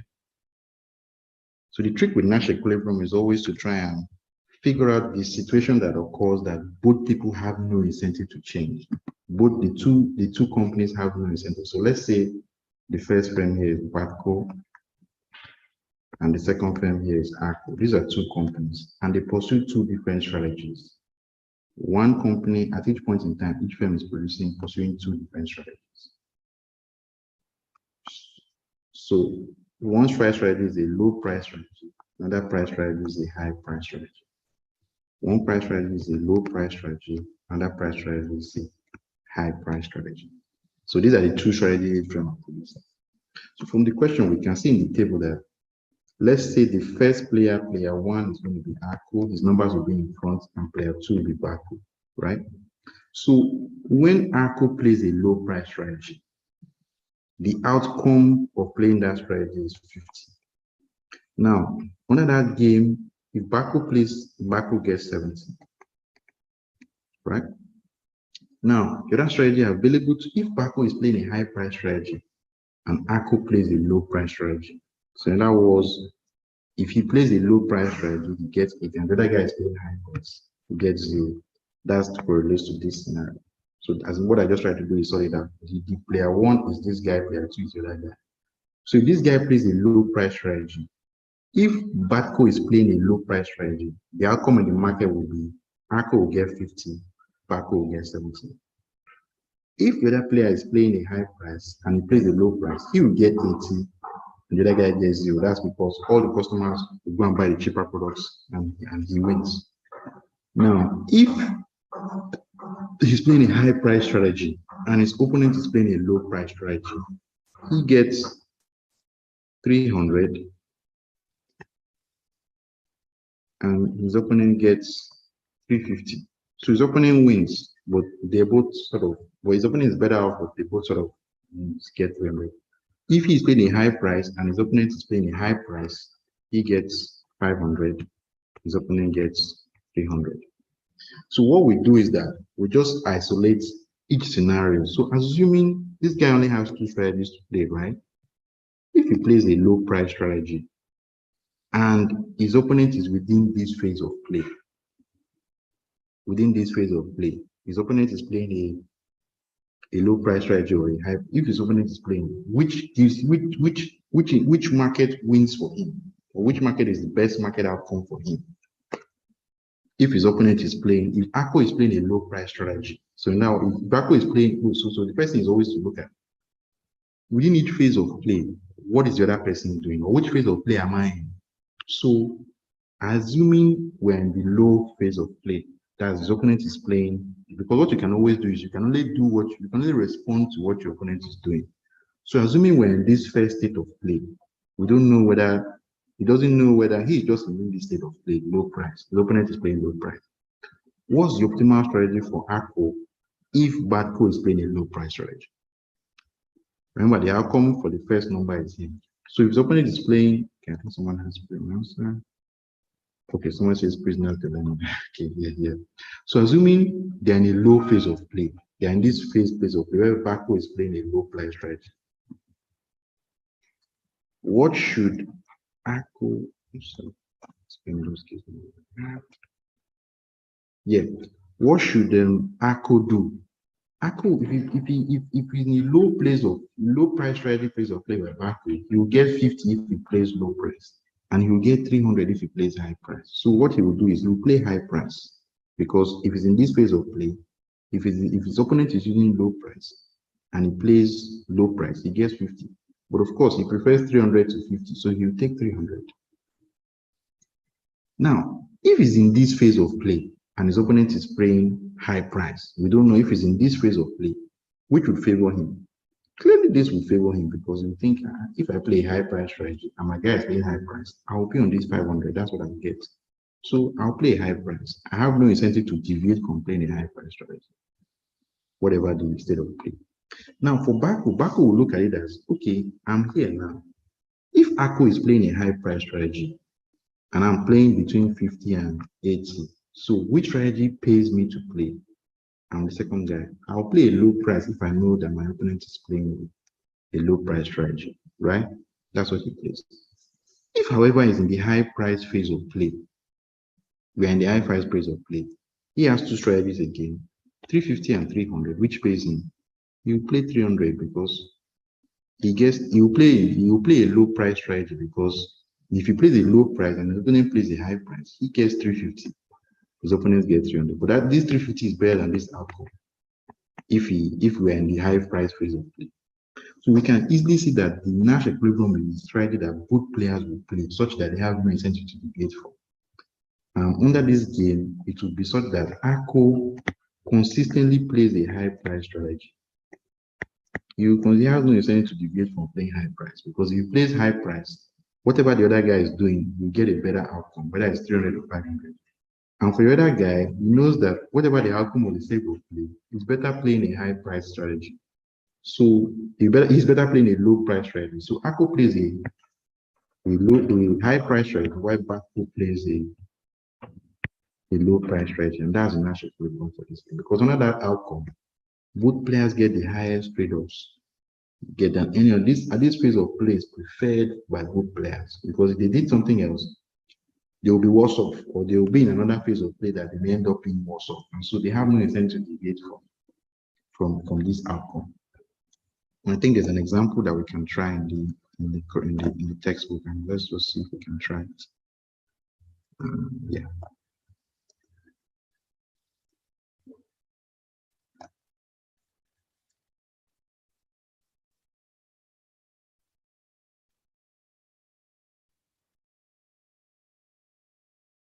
Oops.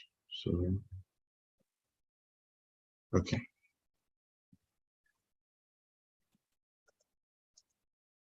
Okay, yeah. So we have this example here, right? So we have yeah, we have this example here. So we have two firms. One is Sigma Soft.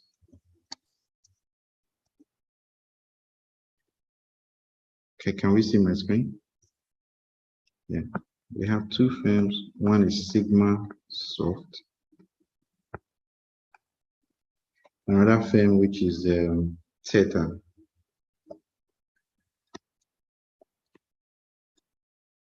So, and they play two strategies, prop or open, prop or open. So each firm has two strategies they can play. Either you play open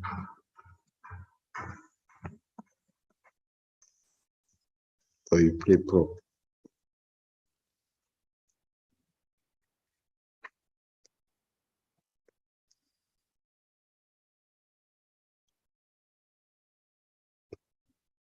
So either you play open or you play prop. Now, if Sigma plays open and his opponent is in the phase of open, again, we will say Sigma is 1 and the other guy is 2. Now, if Sigma is in the phase of open and his opponent is in the phase of prop, is in the phase of open, he gets 400 and Theta gets 600. Right. And if we're in the phase of if Sigma is in the phase of, if his opponent is in the phase of prop, Sigma will get 800 by playing open, and his opponent will get 300 by playing prop. Now, if we're in this phase of play, okay, hang on, somebody has already solved it. So if we're in this phase of play, see, whereby he is playing prop and his opponent is playing open, he gets 700. Yeah, and if we're in this last phase of play whereby he plays prop and they both play prop, he gets 600, he gets 400. So as always, the trick is always look at in the first phase of play, in this phase of play, if theta is playing open, which strategy would sigma follow? Sigma is the is the number in front. He will play 650 because 650 is more than 500. So he will play prop because if he knows that his opponent is playing open, the outcome is better for him. 650 is better than 400. Now, if, however, is in the prop state of play, he will play what? He will play open because he gets 800. 800 is higher than 600. So we've identified what strategies he will do. He will play prop if he knows what the right person. Now, for theta, if he knew that sigma was playing open, if he knew, that means he's in the first state of play, then the strategy that gives him a better payoff is to play open. Because if he plays open, 600 is more than 300, so he gets a better payoff. Now, if he was in this phase of play, which is the prop phase of play, if the sigma was playing prop, of the two outcomes, this is better for him. Because why? 700 is more than 400. So this is the Nash Equilibrium. So the Nash Equilibrium outcome is one that sigma plays prop and theta plays open. And that's exactly what C is. C is the option to that. So I think some people have gotten that already. So yeah, so the answer is C. So basically, it's just basically to line it up and try and figure out where is the state of play in that we're in. Are we in a phase of play whereby then trying to figure out who's getting a higher payoff and who's getting a worse payoff, and being able to solve from there. Just going through that construct of trying to figure out who gets more and what phase of play, assuming you always have to hold one person constant and moving around and moving things around. So let me just go back to the slide. We're fast running out of time. Okay. Yeah. The rest of the syllabus basically is just economic stuff, macro stuff. Some of it is things that most people are familiar with. GDP. And what's GDP? GDP is just value of goods and services produced in the economy. The real component is when you adjust it for inflation. A bit of it is also doing things like formulas and calculations. GDP, there are various means of calculating GDP, the expenditure approach, and being constant with what the names could be for those terms. So a lot of it is you having to remember formulas, things like that. Basically, an economy is what GDP is. So GDP is all value of all goods within the economy. GNP is when you adjust for the citizens everywhere in the world. GDP is more popular than GNP because GNP, you may not be able to know where all your citizens are, but GDP, you can measure everything within a country's boundaries within a particular year. GNP, you may not be able to place where all your citizens are located, where they're producing things. Yeah, I think being able to remember this. So a lot of this is calculations. So I think just needs to not all of it is not a lot of it is technical stuff. Yeah, so I'll just go to the IS and LM curve. The IS curve basically tries to look at what level of income is constant with a given level of interest rates. And basically, derivative is a lot of economic functions are sort of put up. The most popular one is the fundamental relationship between savings, investments, fiscal balances. What it says is that the aggregate savings and economy is The aggregate savings in an economy is okay. The aggregate savings in an economy is a function of I think I have 12 minutes. So the aggregate savings in an economy is a function of domestic savings. So savings in an economy is a function of investment, fiscal balances, and the trade balance. So always remember that once you can work out or figure out the arranging by your CNI, you're always going to end up with something like this. And being able to interpret what this means, this fundamental identity is pretty much your IS curve essentially. Domestic private savings can be resolved by investment spending or financing government deficits or financing a trade balance. So anytime an economy is in flux, anytime a country is running a trade balance like that or what, If you go and look at this equation, you can always figure out where the problem is coming from. Either they're not saving enough, or domestic save or government savings are more than the government is spending more than private sector is spending, or the private sector is spending more than the government is spending. It's always one of these identities. Yeah, then the LM curve basically is your money supply curve, and it's your price quantity or quantity of money. It basically says that MVPQ, and which your Y in this case, which is output, and so most of the questions here tend to just test your knowledge of products. I think I've yeah. So business cycles, being able to identify phases of business cycles. And basically, when is an economy in a growth phase, a peak phase, a contraction? What are the signs that show an economy is in recession or contraction? And how being able to identify all those signs, and really that's really what this is. I'm going to try and skip through a bit of this. And then, of course, you have theories in economics that deal with business cycles. Okay. I struggled a bit with leading and lagging indicators. Okay. So basically, leading indicators are indicators that basically tell you when an economy is a leading indicator is an indicator that tells you what's going to happen in quarters ahead. A lagging indicator is what tells you what has already happened, and it's typically led to within the cycle. A coincident indicator, it pretty much is like a pulse. It's telling you this is where you are at this point in time.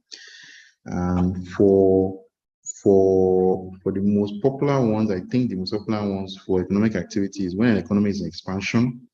The more popular thing you tend to see is, or rather, a very good example of leading indicator are things like construction or housing starts.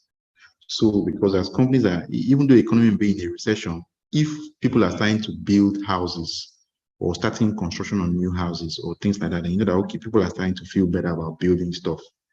Companies are no longer inventory. Inventory is one of the biggest, also another one of the biggest indicators. So when inventory to sales ratio is very low, it typically tells you that a company, when inventory to sales is quite high, it tells you that companies are struggling to sell products. And as they're struggling to sell products, it tells you maybe we may be near a peak. Typically, when it's very, very high, you get it. Typically, when companies are struggling to clear inventory, it's trying to tell you that we're getting close to the top of a cycle. Because now more and more inventory is what companies buy relative to what what inputs that companies are stockpiling to produce goods. If companies are struggling to clear inventory, it means demand for their products is not moving so much. And so it's something that you want to get a sense, maybe things are getting towards a peak. Lagging indicators are the one very popular lagging indicator is like unemployment. Unemployment is a very popular one because hiring only starts to, there's a bit of lag between when that happens, between when people start to make decisions to hire. It comes with some manner of lag. So it's a bit slow in happening. Unemployment is another one. Yeah, so but basically leading is something that tells you ahead of time when things are changing. The most popular one, as I said, housing starts or construction. Typically that tells you when things are, if people are no longer starting new things, then it just tells you maybe people are getting tired and are starting to slow off. Unemployment is typically a very quick one because it's always one of the ones that you see last. It's one of the last things to change when things have changed. It's one of the last things that you see and changing. Yeah, I hope that helps. For the rest, I think it's just mostly readings. Yeah. What I'll do is I'll send my slides through. I think we're out of time now. But yeah, I think the rest is just most of the remaining part of the syllabus is just describe. Most of the things that have to do with calculation, I think we've pretty much addressed them. Most of the readings in subsequent readings are just basically described. There's pretty much no calculation, so you just really have to understand the concepts. And the calculation bits, I think we've covered under the exchange rates and the demand and elasticity components, where you tend to see a lot of calculation. Most of the rest of the readings are typically just readings. Describe. So descriptive basically they want you to understand the concepts behind it. So you have to read. I think I've Yeah. So I'll share the slides. I think I'll share the slides with Gloria, and you all get the slides so you can read with it. Okay. All right then. Thank you. I think we can call it a day. Yeah. All right.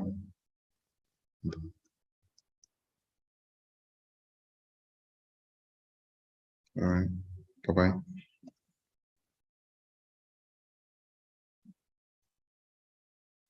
Thank you very much, Wally. This was very helpful. I think it's time we have the next course by Mr. Musa. Mr. Musa, are you on?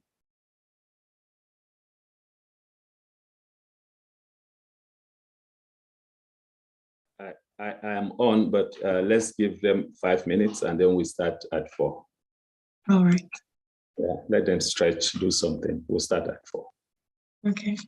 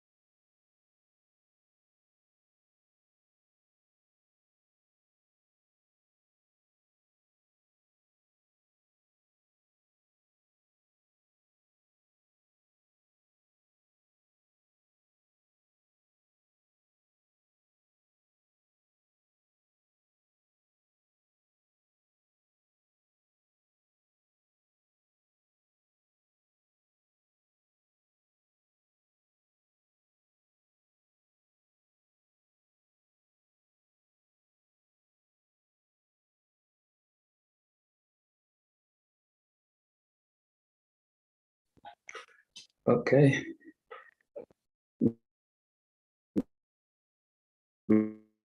Gloria, are we good to go?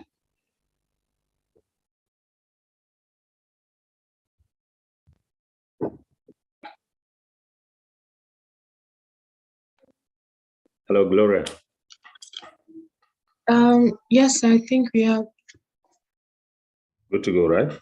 Yes, we are. All right. All right. You can hear me. You can see my screen. Yes, we can. Confirm. Good.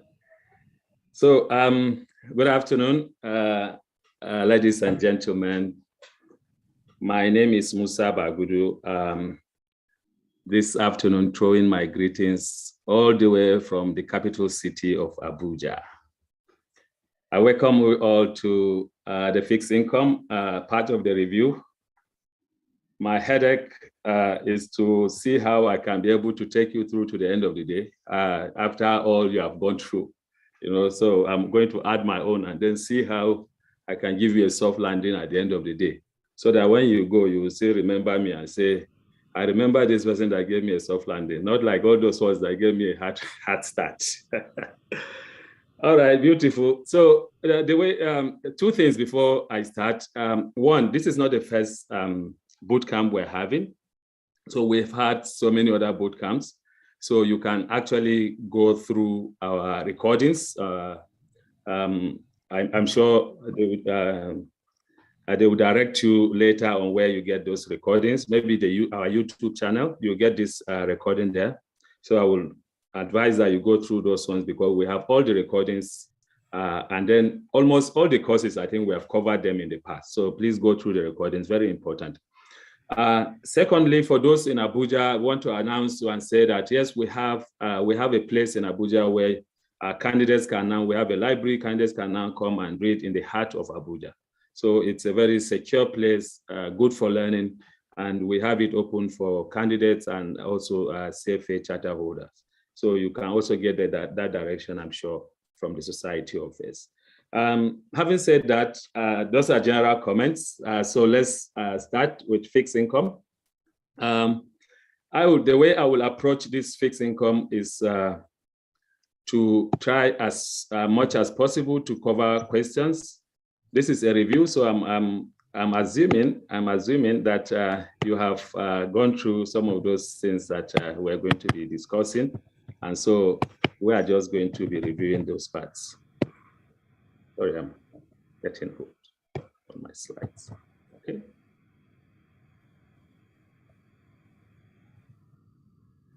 So fixed income actually has two study sessions. Those two study sessions are arranged in such a way that as you move along, you move in terms of also area of importance and then also area of understanding. What I mean is you lay the foundation first, and then you attempt to look at the critical, almost critical areas later. So if credit risk is the major aspect of fixed income, then let credit risk come at the end. If we have to hold those other assumptions that there is no default to enable us know and read fixed income very well. So the first part of this, the study session, the first study session has 4 readings. The second study session has 2 readings. So we'll go through this one, the first one. The first, mostly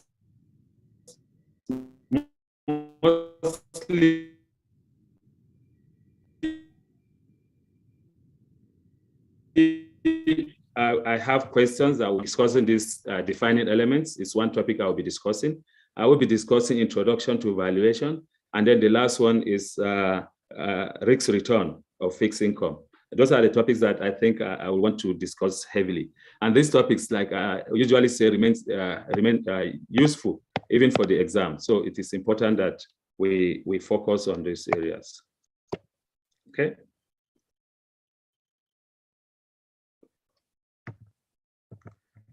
If I start by asking questions, I'm sure you'll be providing answers to me.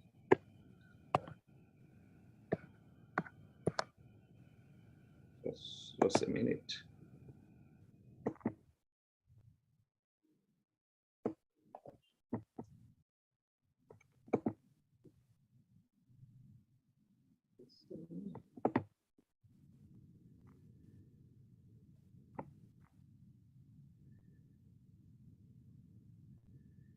Alfred, I'm not asking for answer, I said. Okay. So the first part is for us to start discussions. So we want to look at things the way they should be, and then start discussing those things. So let me just start by providing an introduction. You know, this defining element part of the reading is the fact that we start by looking at the different components that they gave us, the fixed income components. And so those different components of the fixed income are to enable us to define the elements. What are the elements? The elements are 5. One is the issuer, the other one is maturity. Then we have par value, we have coupon and a coupon rate and frequency, and then we have currency denomination. So those are the 5 elements of the fixed income that they want us to look at. The issuer, in terms of the issuer, there are 5 issuers that we want to look at. I really want to introduce some screen, and then I'm having challenge with my pen, so I have to use my hand. Issuer, maturity, par value, coupon rate and coupon frequency, and currency denominations. So those are the ones that they want us to talk about. Now, in terms of the issuers, we have 5 of them, and I'm just going to talk about them. I'm not describing them. I know you know them.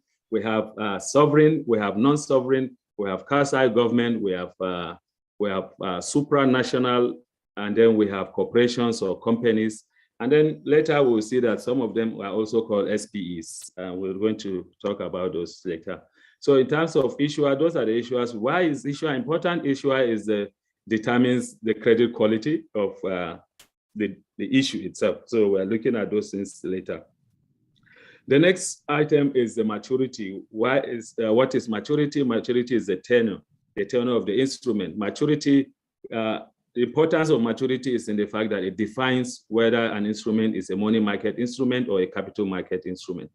A money market instrument, we have a maturity which is defined from the beginning. Maturity defined from the original issuance of money market less than 1 year or less, money market 1 year or less, capital market would be a maturity of greater than 1 year. Please remember this definition is relative to the period of issuance. And also we have par value. Par value gives us the definition of what will come at the end. So par value is based on the par value that we pay coupon. So coupon is based on the par value. Price are actually quoted as a percentage of par value. So that is the importance of par value. We can say a bond is trading at premium, at par, at discount. If the bond is trading at premium, if it's trading above its par value, which is if it's trading at par value, and discount if it is trading below par value. We also have different kind of ways that par values are paid. We're going to be seeing that, bullet, amortizing, and we're going to be seeing those things later. In terms of the coupon rate and frequency, we will look at whether the coupon rate is a fixed rate, or whether we have a floating rate note, or we have a zero coupon. Zero coupon just means it doesn't pay coupon, but that does not mean that it doesn't pay interest at all. Those pure discount bonds, they actually pay interest. These are all interest-paying bonds. But we just say they are zero coupon because they pay coupon at the end. Are we good? So coupon is relative to the par value. So if we say 5% coupon, it is 5% of the par value. Then we have the currency denomination. We have the currency denomination, and in the currency, 2 things that we want to discuss is the dual currency bond and also the currency option bond. For the dual currency bond, this is a kind of bond where it allows you to pay interest in one currency and then the principal in another currency. So this is a dual currency bond. But then in a currency option bond, you have the option. When I say you are the investor, you are the holder of the bond instrument. You have the option to choose between two currencies at each time of interest or principal payment. So you can, it's between two currencies, you don't change, you don't go outside those two currencies, but you have a choice between two currencies. And then we'll be talking about this later, but sometimes I like asking this question. If I have a dual currency bond and I have a currency option bond, which one will have a higher yield just between these two bonds? And assuming every other thing is the same, just tell me which one should have a higher yield, and then I will know whether you are on track in terms of the fixed income learning material. Which one?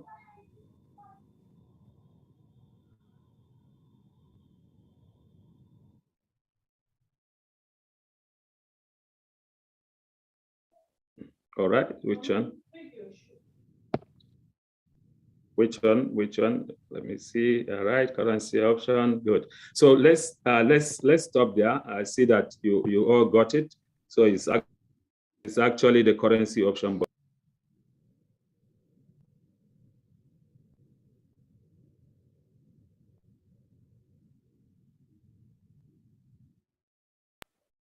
So whenever the investor is having an extra benefit, then the investor will have to give up some yield. So the currency option bond will pay in terms of the price will be higher. In terms of the yield will be lower. Whichever way you look at it, I hope you got your answer aligned to what I'm saying. The next part of this discussion is to say that all these things that we have discussed, the issuer, the maturity, the principal, the par value, par value is also called redemption value, the coupon rate and frequency, all those things are all contained in a document that we call the trust deed. The trust deed. In a document we call the trust deed. Now the trust deed is a contract. Another name for it is a bond indenture that incorporates all those things. Now there are other 3 C's of the credit, of the trust deed that I want us to talk about in passing. I want us to talk about it in passing. So one of them is the credit enhancement. So I said the 3 C's. We'll look at credit enhancement, we look at collateral, and then we look at covenant. We look at collateral, and then we look at covenant. In terms of credit enhancement, this is the first C. We have 2 types of credit enhancement, internal and external. I'm going to be going fast because I know that we want to spend some time in another area, not here. So in terms of credit enhancement, we have 2 types. We have the internal credit enhancement, and then we have the external credit enhancement. In the internal credit enhancement, we have what I usually call SOE. Those are the 3 internal credit enhancement: subordination, over collateralization, and excess spread. Subordination, over collateralization, and excess spread. So those things, even if I don't explain it in detail, at least when you see them in the question, you know that those are the things that we talk about as part of the internal credit enhancement. Now, in terms of external credit enhancement, I use LBS. You know, the people in Lagos, you call it Lagos Business School. I have LC. One of them is LC. One is bond guarantee, and then the other one is surety bond. So it's either I have bank guarantee or I have a surety bond. I have an LC. All those is part of what you call external enhancement.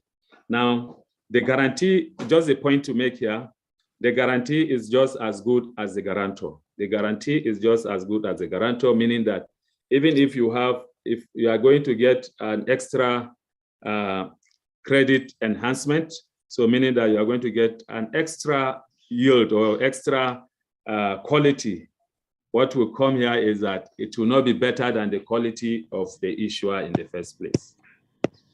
So those are the things that we're talking about.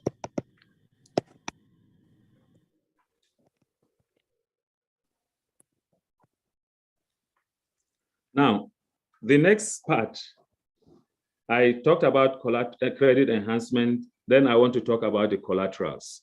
All those things that we put to make the issue have a better standing is also part of this. And we have 3 types of securities that we can classify under with this collateral. One is collateral trust bond, equipment trust bond, MBS. Okay, we also have a covered bond. We also have a covered bond. Now, collateral trust bond, the collateral for a collateral trust bond, it's going to be what? Financial asset. These things are things that you need to remember. They are going to be financial assets. For equipment trust bonds, there are specific equipments. There are specific equipments. So like physical assets, like plant and machinery, like airports, those are specific ones. So you call them equipment trust. And then mortgage-backed securities, the collateral with pool of mortgages. For covered bond will be pool of assets issued by is usually issued by financial institution. And then the major thing about this is the fact that it has double recourse. Now, the last part I want to talk about, remember I said there are 3 C's: credit enhancement, covenant, collateral, and now I want to talk about the covenant. In terms of covenant, we have 2 types of covenants. So affirmative covenants and then the negative covenants. The affirmative covenants are those administrative covenants, covenant to say, I will do this, I provide this, things that you do normally and usually. But then the negative covenants are things that are restrictive. So sometimes we say it's a restrictive covenant. They restrict the issuer from doing something. So if you say debt to equity ratio should not go below a certain level, then that is a restrictive, below a certain level, that would be a restrictive. Is letter of credit, is that a question, the LC? Yes, LC is letter of credit, if that is what the question is asking.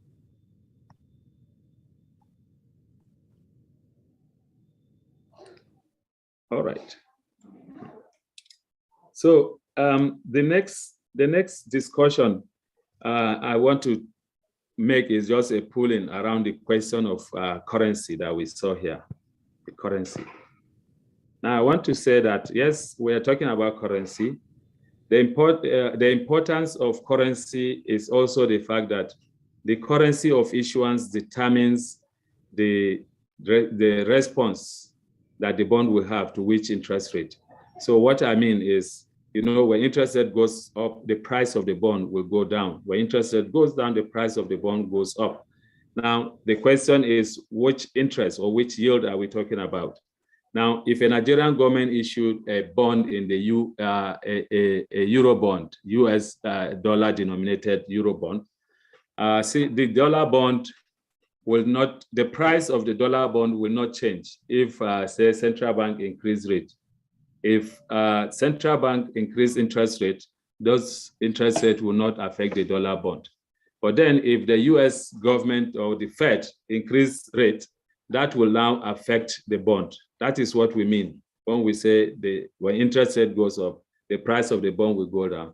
The interest rate that we are talking about is the interest rate of the currency of issue. I hope that is clear, and it's very important you get that distinction. I think there's a discussion I will be having later. It's just around the bond markets, national bond market, and then the euro bond market. The national bond market being in 2 parts, the domestic and the foreign, and then the national bond, the domestic bond market and the foreign bond market all add up to give us the national bond market. So if sorry, let me take another page. If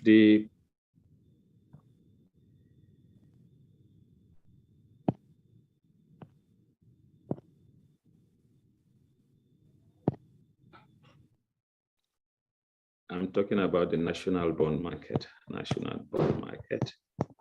and then I'm talking about the euro bond market. I'm saying that the national bond market is domestic and foreign. Domestic means that it has to be registered and it has to be in the local currency of the country where it is issued. So the registration is required. The issuer is also domiciled in that country. Three things actually put together. The issuer is domiciled in that country. The bond is registered in that country, and the currency of issue is that of that country. And the foreign bond, you have two things. In the foreign bond, the issuer is not domiciled in that country, but then the currency is that of the country, and then it's also registered in that country. So in that case, that is what we call a foreign bond. So if a foreign company comes into Nigeria to issue in Naira, registered with SEC to issue in Naira, that will be a foreign bond. A domestic bond is a Nigerian company issuing in Naira. Now, those two add up to what we call the national bond market. For the Euro bond, is different. Euro bond, there's no specific, it's not issued in any specific jurisdiction.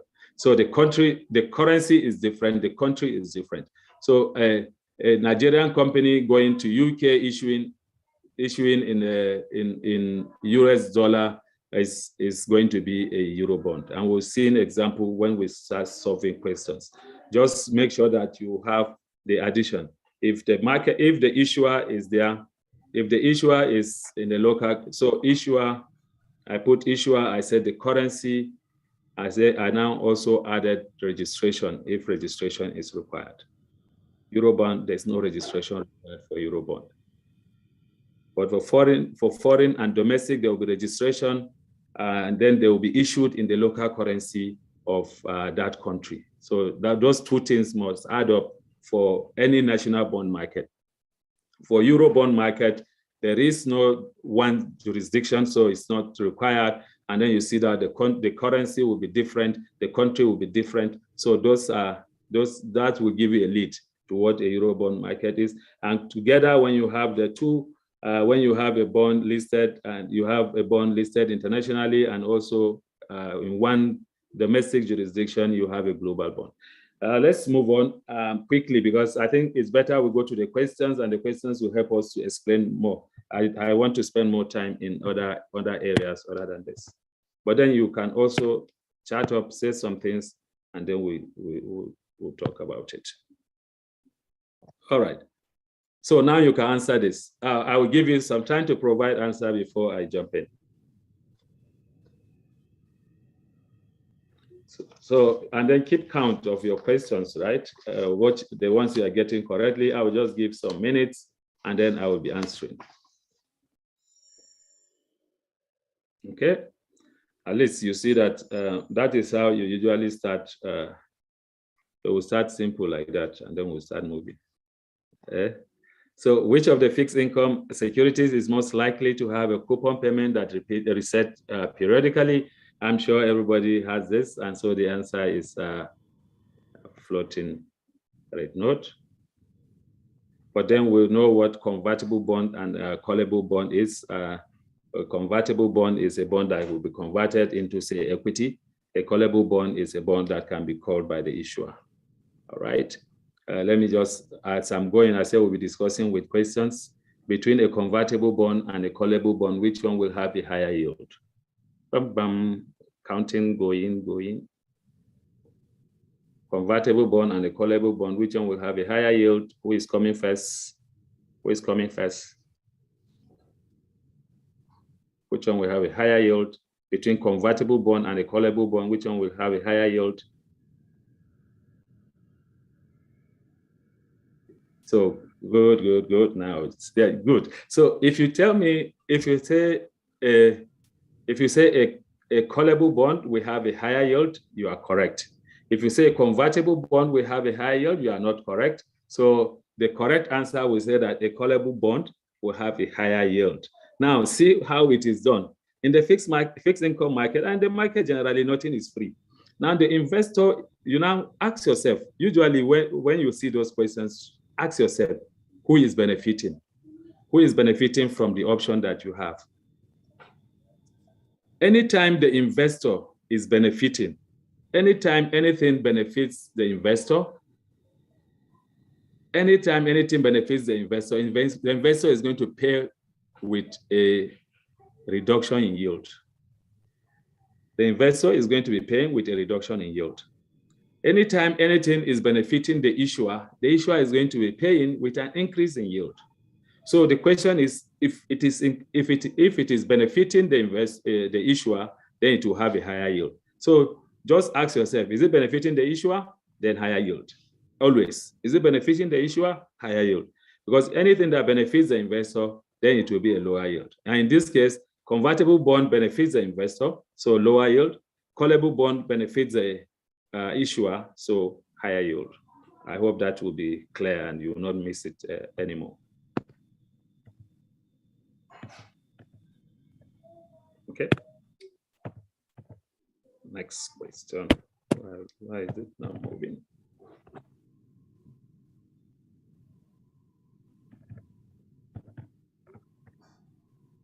Okay, sorry. The next question. It's like I touch it more than required, and it's all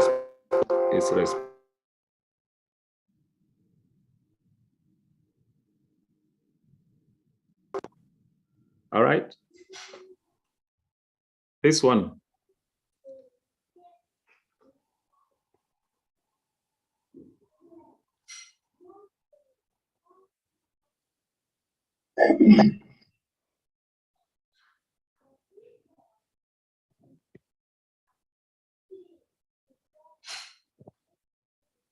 What's your answer? Just put in your answer and then we have a discussion around it.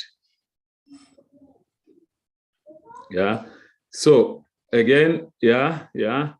Good flow so far. Good flow. If you are not flowing with my team, please join my team and flow with them. A floating rate note pays in arrears. That is the sense. They pay in arrears. So the coupon rate on the 31st December will now be the LIBOR that prevails on the 30th of June. And that is why we're having 1.6 plus the 0.5, which is this rate here. So it is 1.6 and then the 0.5, and that will make the answer. So some of these questions, when they come, you just be praying that they should keep coming, because that's hello.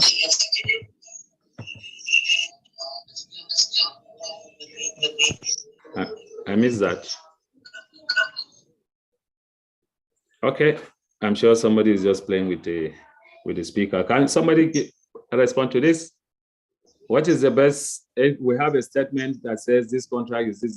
Don't waste time here. Just give me the answer. And then, what's the name of this contract?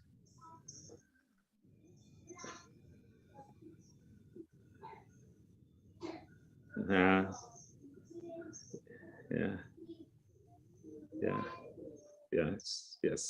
Okay. Yeah. So correct. Bond indenture is the right one, right? Bond indenture is correct. Keep count. I will be moving. If I say which one is a negative covenant, which one is a negative covenant?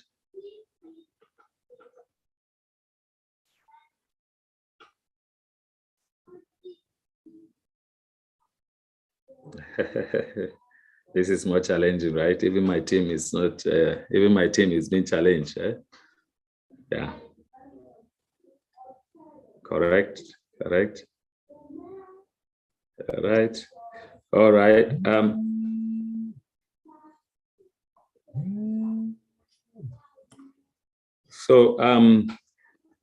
The correct answer. So you remember when we said that this is saying least likely to be a negative covenant associated with coupon paying corporate bond, least likely to be a negative covenant. Remember we said we have affirmative covenant and which is administrative, and then we have the negative covenant, which is prohibitive. So what you'll be asking yourself is about the prohibition. Which one is prohibiting or limiting the ability of the entity to do something? So because the word prohibition is there, does not mean that would be what the answer must have a prohibition. A requirement to hedge at least 50% of defense revenue generated from foreign. This is administrative, this is normal. A prohibition from investing in long-term projects in emerging market countries. a requirement to pay without withholding taxes to foreign government in a timely manner. This is normal. You know, when you say a requirement to pay withholding taxes to foreign government in a timely manner, of course you pay taxes in a timely manner. So a prohibition from investing in a long-term project in emerging market country might be part of it. But now the question is saying which one is least likely to be a negative covenant. So a requirement to pay withholding taxes to foreign government in a timely manner will not be this is normal. This is what they should do normally. So if you have a requirement to hedge at least 50% of the firm's revenue, which is not normal, which is not what they do normally, that would be a difficult thing you're giving on the company, and so that will be part of it. That will be a restrictive. So please, it's not just because the name prohibition is there. It's just that one is administrative, which is a normal thing to do, and the other one is restrictive, restricts the ability of entity to do some things. So the correct answer is B. So let's move on. This one quickly. Which of the following embedded option most likely benefit the issuer? The right provides a right to the issuer. I think we have talked about this generally, so you should be able to say this. The type of bond that's most likely to be preferred by the investor in a falling interest rate environment where interest rate is going down. Which bond would the investor prefer? So a cap floating rate note will say that the coupon payment will not be more than a certain amount, which benefits the issuer. A floating rate note will say the issue should not have a rate, the coupon rate should not go below a certain level, which benefits the investor. So here the question is just saying that which type of bond is most likely to be preferred by the investors in a falling interest rate environment, which is obviously a floating rate note. Yes. Okay, another one.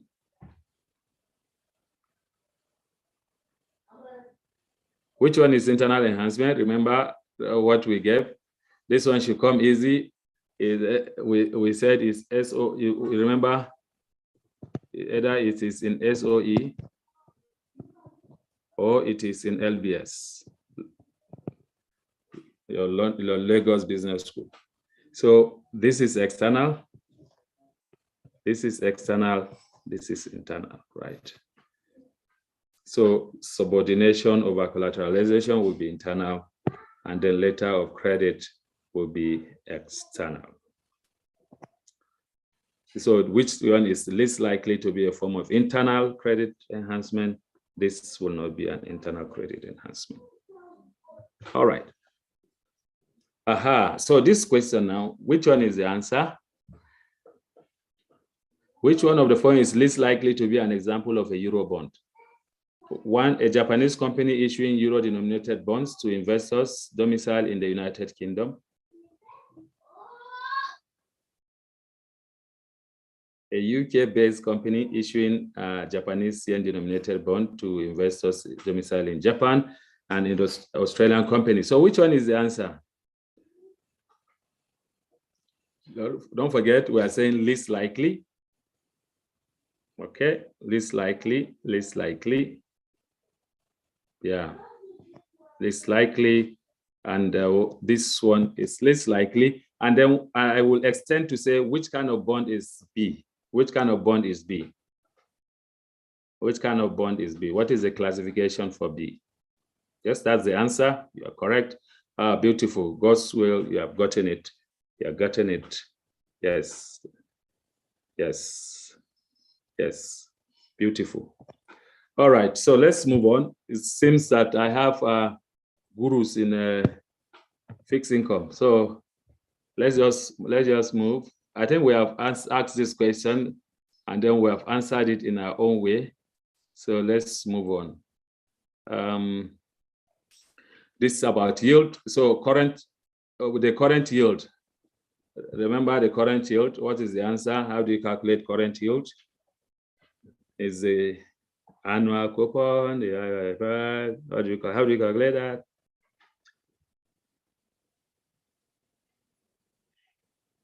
Waiting, nobody is hitting it. This time you have to use a calculator. You see why sometimes it's better to hit some other ones first.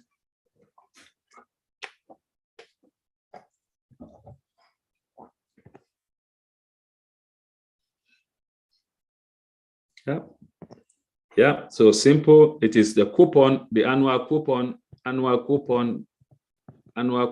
divided by the price. If the annual coupon is 4.5 and the coupon is 85.7, then we'll say that when you divide that, you have a 5.25 as the answer, and that is our current yield. What's the answer? We have 40-something questions, so we'll be moving fast.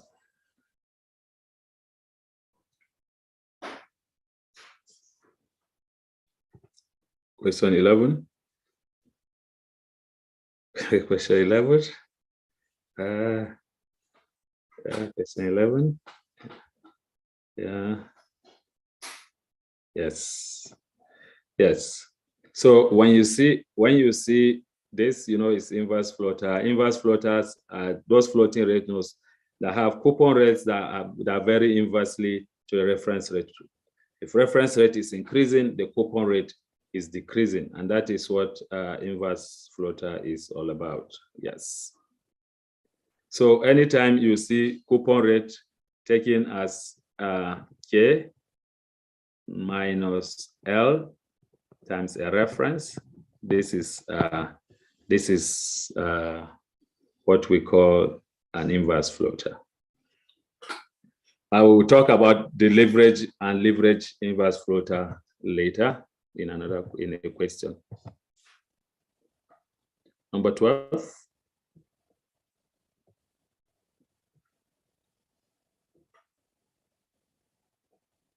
I'll be moving to some because this is just the collateral trust bond. What is behind the collateral trust bond? Yeah, collateral trust bond. Collateral trust bond.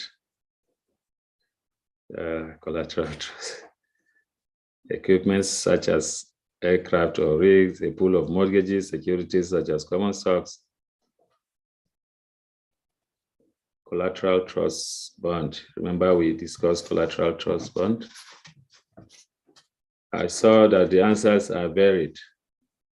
Remember for collateral trust, we said they are financial. Collateral trust bond will be financial assets. So that will be securities such as common stock or bonds. Those will be part of what you call the collateral trust bond. If it's pool of mortgages, that will be mortgage-backed securities. If it is equipment such as aircraft or rig, that will be equipment trust bond. Okay, good. All right. I will just move to. Let me just move. Let me see which one. Okay. So this one takes some time. Read it. A bond portfolio manager is considering 3 bonds, A, B, and C, for his portfolio. Bond A allows the issuer to call the bond before the slated maturity. Bond B allows the issuer, allows the investor to put the bond. So bond A is a callable bond. Bond B is a puttable bond.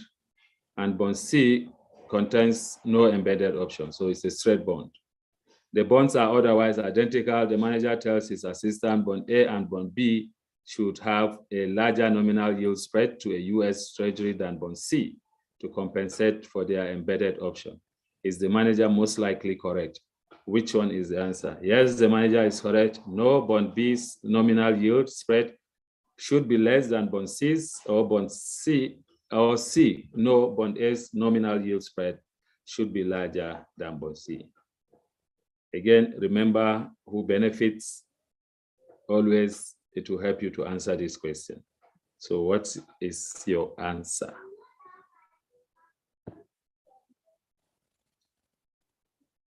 Yeah, remember who benefits. Yeah, all right. So, okay, while so many people are taking time to read, sometimes these are the kind of questions that will give you an advantage. While some people are reading, you already answered it. So the answer, the correct answer, I'm sure people are thinking about it. So already I have A, B, and C. Broken say A. I have Godswill said B. I have ND said C. So you see, meaning that they have done a very good work in selecting the options. Every option is so the correct answer to waste time. The correct answer will be bond B. Will be B, because bond B has an embedded option, which is a put option, and put option benefits the investor. And so, because it benefits the investor, yield spread will be less than C's, which has no option or benefit at all. The bond, again, remember, bond B has an embedded put option. Embedded put option benefits the investor, and because it benefits the investor compared to an option-free bond, the bond with a put option will have a lower spread or a lower yield. All right. Sometimes the question comes in the practical way, in the way that you apply it. All right, the next reading, we're just going straight to the questions.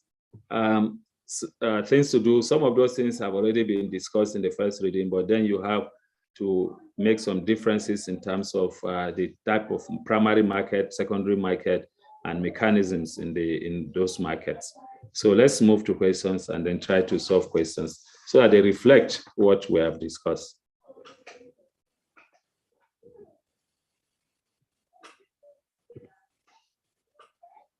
Okay.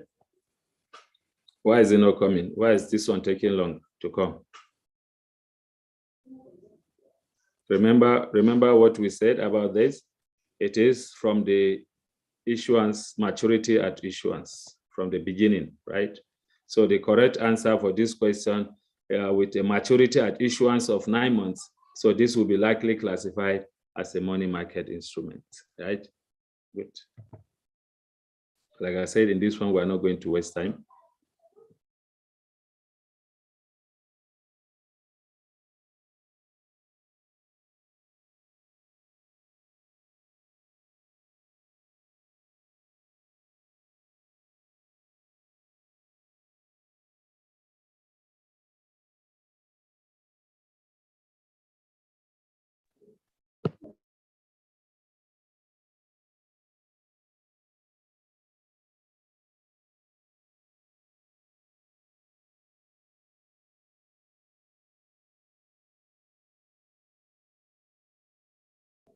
Okay, so the correct answer is what now?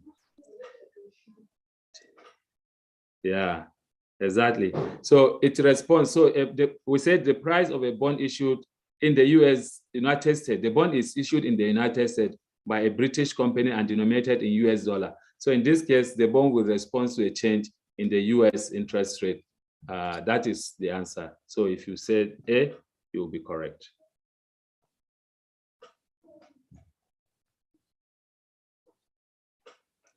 Please, I will be keeping quiet and allowing you to answer.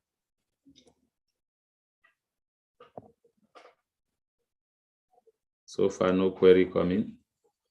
All right. So, good. Are we good here? What's the answer? All right. Here, remember, the company has a joint venture project in Singapore using a 15-day bond, paying semi-annual coupons, but that are denominated in Singapore dollar. The bonds par value to be paid at maturity denominated in US dollar. So you have the coupon payment is going to be in Singaporean dollar, and then the par value is going to be paid in US dollar. So this is an example, a good example of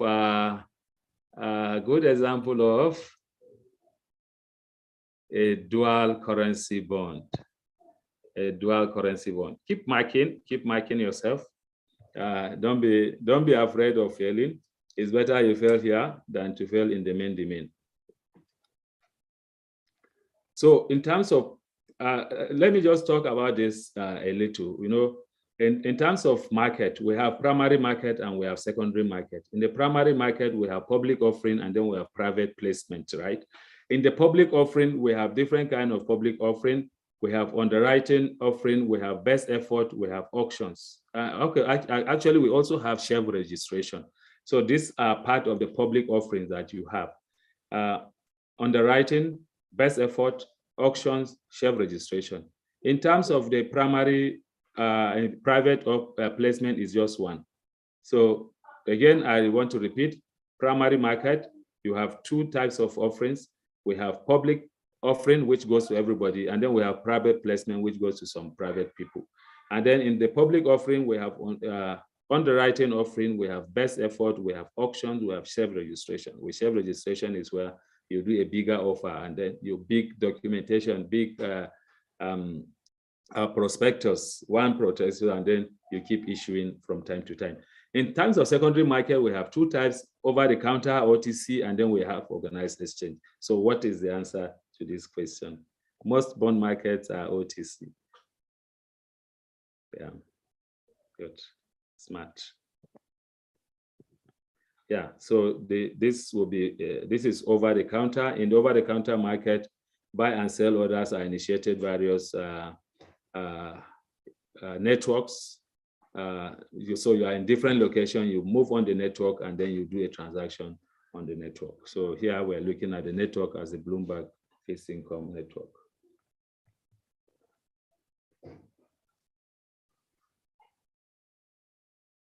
Okay, what of this one?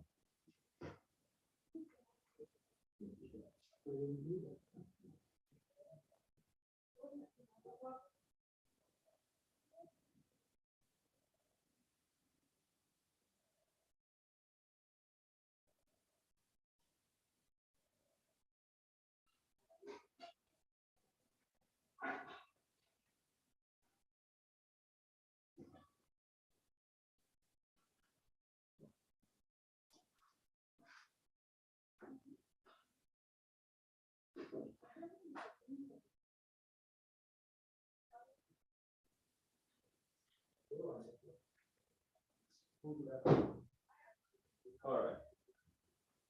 Okay. Let's move. So B is the answer.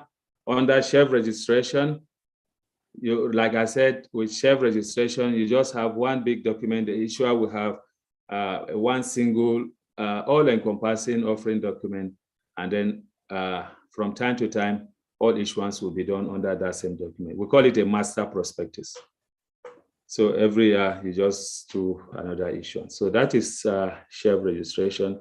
Underwriting offering, you know, you have an investment company and underwriter to guarantee issuance. So with underwriting offering, what you are guaranteed is that you are going to be getting all the issues will be taken. But then with best effort, you know, the company makes its effort and you pay the company for what the effort that they have done. Okay.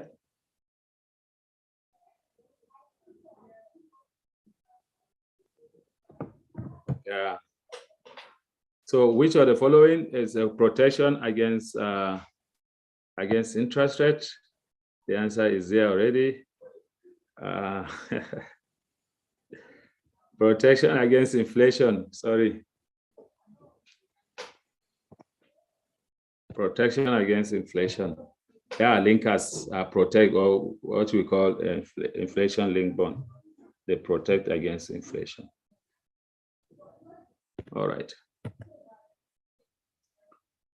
What of this? So this is what I'm referring to when I talked about leverage and the leverage, and I say we'll see it later. But then I will still allow you to answer, to use your brain first, exercise the brain. Which one? A structured finance instrument whose coupon rate is determined by the formula 5% minus this it's most likely, by saying that minus and this, you know that it's inverse floater. But this time the question is not asking you to identify whether it is inverse or non-inverse. Question is asking something else. So what's the answer? Yeah, we'll not waste time. I'm waiting for, okay, I have B coming in. All right. So it's a which one the leverage. So actually the answer here is B, and it's the leverage. So let me just explain this. When you have a structured finance instrument, one whose coupon rate moves in opposite direction as the reference rate, then this is called the inverse floater. We understand that. That is inverse floater. Coupon rate moves in opposite direction. The higher the reference rate, the lower the coupon rate. So reference rate can be LIBOR, NIBOR, whatever rate that you have. Now, if the coupon leverage, what we call in this case, this 0.5 you are seeing, is called the coupon leverage, right? This 0.5, this one, this one, this one. The 0.5 is called the coupon leverage. Now, is this coupon leverage is greater than 0 but lower than 1? If it's lower than 1, then the structured finance instrument is now referred to as a deleveraged inverse floater. Deleveraged inverse floater, right? If it is lower than 1, but then it is greater than 0, it is the leveraged floater. If it is greater than 1, then it is a leveraged inverse floater. What this deleveraging is saying here is that if the reference rate should increase by 100 basis points, if we increase this reference rate by 100 basis points, then the coupon rate will decrease by 50 basis points. You understand what I'm saying? If I increase the reference rate, say LIBOR is increased by 100 basis points, at the end of the day, the coupon rate at the end of the day will be decreased by just what, 50 basis points. Remember, this is what this deleverage inverse floater is doing. Deleverage reducing that impact, leverage increasing that impact. Hope this is good to go. Let me know if you have some issues, but I will move on because you say I should move on. No. If you have it at 1, then there's nothing. 1 is just, if you have it at 1 and you say, okay, so let me just move back a little. If you have 1 as this reference, you can make it yourself and see why it will not make. So if you said it is 1, then it means that what it means is that there's no need for that.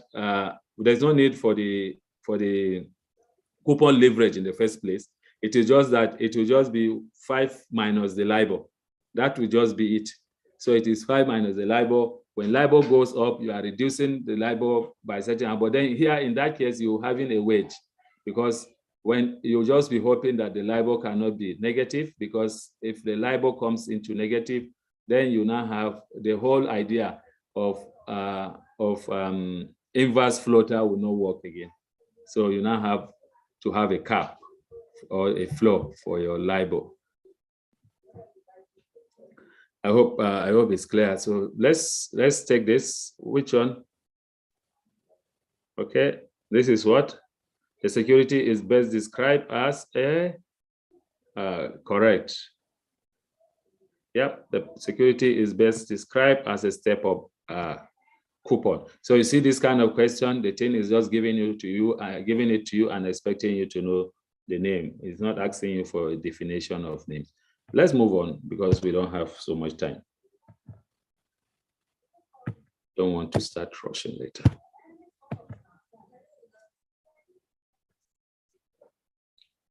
Which one was the answer? So in this repo, of course, we know repo. Repo is from the perspective, when you say repo or reverse repo, it is defined from the perspective of the dealer, what the dealer is doing. If the dealer is taking on, if the dealer is collecting securities, then the dealer is doing reverse repo. If the dealer is taking cash, then the dealer is doing repo. That is how you differentiate between repo and reverse repo. Whoever is taking cash is doing repo. Whoever is taking security is doing reverse repo. So repo is used to do a small financing, to just get access to some finance.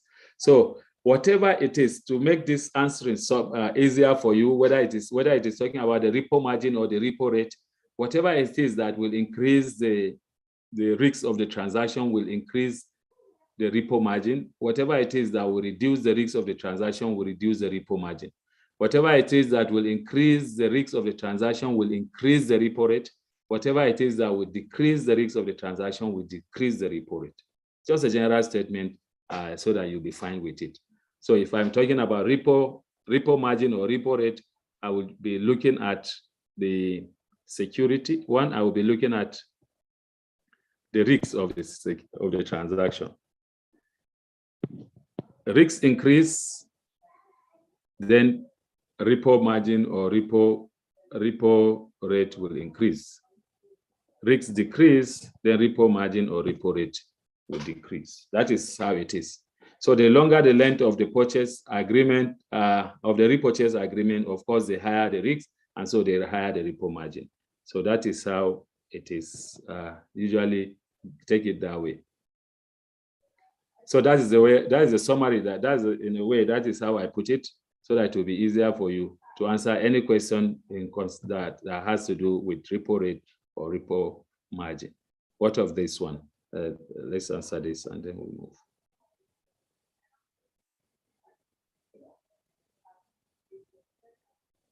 A bond issued internationally outside the jurisdiction of any one country. Yes, if I'm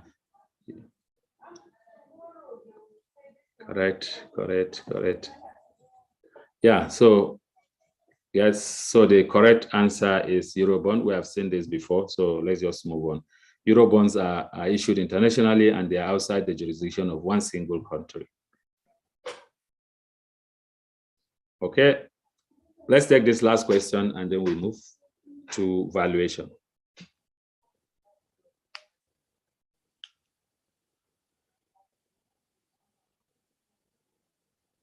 Yes, straightforward, right? Like I just explained, what you'll be asking yourself is who is taking cash and who is taking security. Whoever is taking cash is doing repo. Whoever is taking security is doing reverse repo. And in this case, this entity is taking what? The set bank from the perspective of Zenba. Agrees to buy, so they are taking security, and so we say they are doing reverse repo. Thank you. If there's no question in this way, we'll just move on. Let's move on. So now the next reading, which I will be spending some time, maybe like seeing that we don't have so much time. I will just be looking at this. So for us now, with this second reading, we need to introduction to fixed income valuation. In that fixed income valuation, I may not be teaching you fixed income valuation proper, as in doing valuation, but there are two things I want you to understand here. One, please, whatever the calculator you purchase can do, please allow the calculator to do it for you in terms of this reading. In fact, that should be general thing with the CFA. Anything the calculator can do, please allow the calculator to conclude it. After all, this could be one of your most expensive kind of investment in a calculator before. I don't know if you are like me.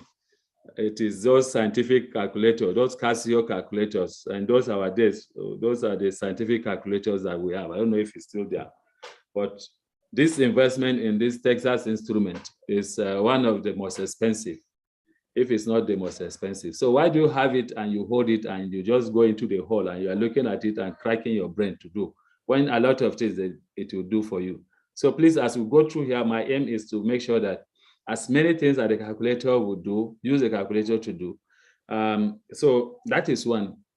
Secondly, when we are here in the evaluation part, if you don't understand anything, please be able to calculate the price of the bond using the yield to maturity, spot rate, and forward rate.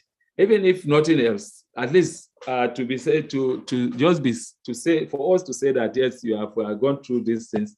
Please make sure that you can calculate the using forward rate and the rest. So let's look at this quickly. The thing is, the good thing here is that we're going to just going to solve questions before we hit another reading that I want us to talk about, which is part of the interest rate risks for the fixed income.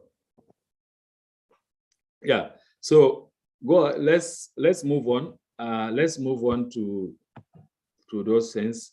Unfortunately for me, I'm battling to use my hand because like sometimes when the thing comes, the thing will stop working and my batteries just went down, so I have to improvise. So this is the first one. This is just to say, this is the evaluation question, which I said everybody to know how to do. And so I'm bringing it here to test us and test our understanding of the evaluation. So please, I'll just give us like a minute so that, okay, 1.5, just a minute so that we'll just try and provide the answer. So what is the answer to this question 26? Yeah, we're going to do duration. I'm hoping that even if it's the last part I will take, I will be doing duration and convexity.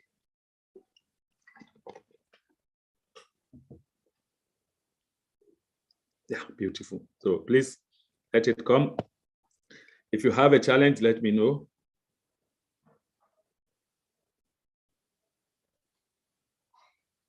Okay.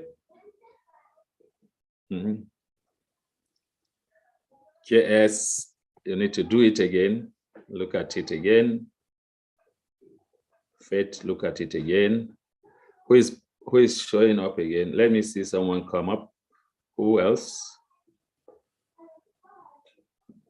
Yeah, I saw Hafsa, you are correct here. Who else? Don't just type C because I say Hafsa is correct. Do your own calculation. All right. So here, here the payment, you know, our payment is 150, right? Our IY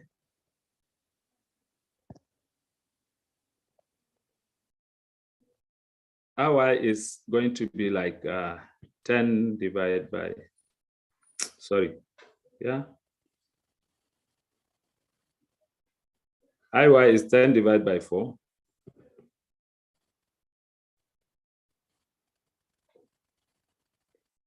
I hope you know how I got this 160 so that somebody will not be asking. It's 6%. It is 6% of 10,000, and then I divided by 4. And then N is equal to 2. Then times 2 will be 8. Of course, the feature value is equal to 10,000. You use your calculator very well. It will give you. So payment 150, IY 10 divided by 4. N is 2 times 4. Feature value 10,000, and then your answer is C. Yeah, quarterly, correct. Your answer is C. All right. So if you know how to do this, then I'm very satisfied that you know how to price a bond using the yield to maturity. This is for a 4-year. We use, for a periodicity of 4. We can have annual, we can have semi-annual, but then I'm satisfied that you can price a bond. Just a simple, another one that I want us to do here is just to use our calculator so that we'll be able to answer this. A 10-year 6% semi-annual coupon bond is priced at 98.31 per 100 par value. The yield to maturity of the bond on a semi-annual bond basis is 6.23%. The yield to maturity of the bond, assuming monthly periodicity, is closest to what is the IY. So here is a very simple thing. You don't need to do so much as so far yourself. The yield to maturity you have given to you here on the periodicity of 2 is 6.23.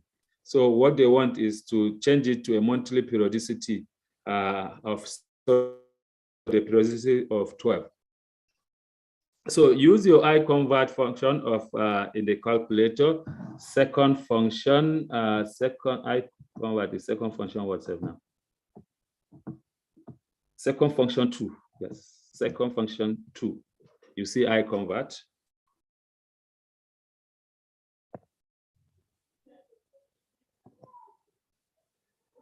Yes. So second function 2, you just in your norm, when you see your norm, yes, you put your 6.23, right? Then you do your CY should be 2, and you calculate the effective. Then from your effective, change your CY to 12, and then compute your norm. Is that okay? Then compute your norm. So I have the first one, I will put my 6.23. Yes. So norm is 6.15, correct? Norm is 6.15, that's correct. All right, let's move on. So please, you can use your calculator, you can use the formula, but like I said from the beginning, when the calculator can do it, why do I have to waste my time?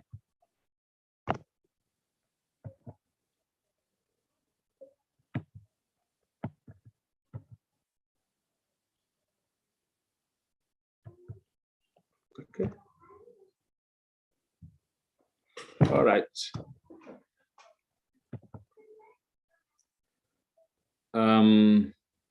I don't know if so a 12-month spot rate is 4%. Let me see, yes. A 4-year spot rate is 6%. Which of the following is closer to a 3-year forward to start 12 months from now? 3-year forward to start 12 months from now, or to start 1 year from now? So here you are given 12-month spot rate, which is 4%. You are given 4-year spot rate. So this 12-month spot rate is 1 year spot rate. You are given 4-year spot rate, which is 6%. So we are saying, what is the closest to 3-year forward rate to start 12 months from now? While you are doing your own answer, I'm also doing my own. The rates are stated here.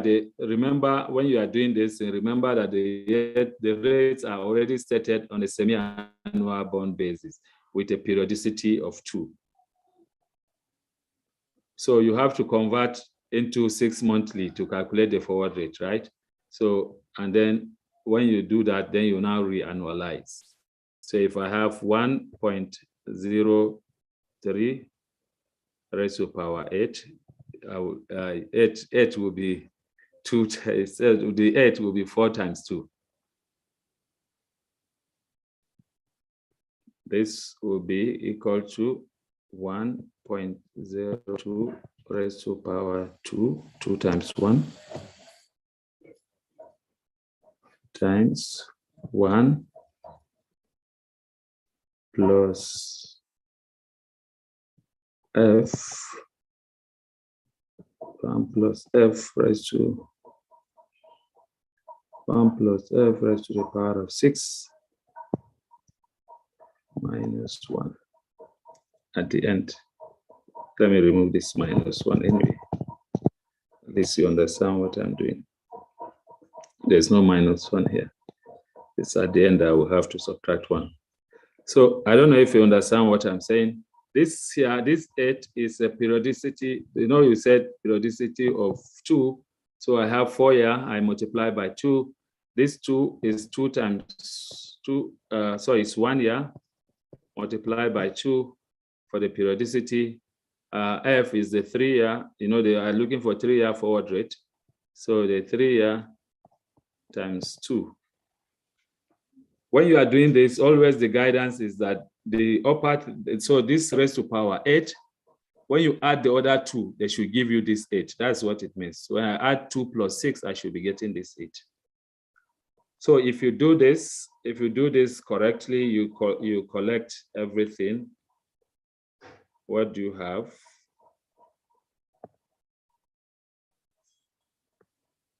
What do you have?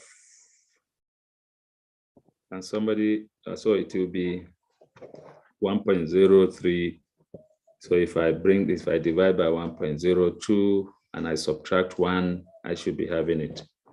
You get my point? If I divide it by 1.02 and I subtract 1, that should give me my F.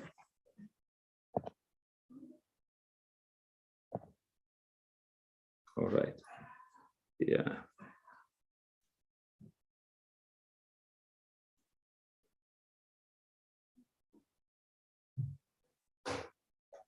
Yes.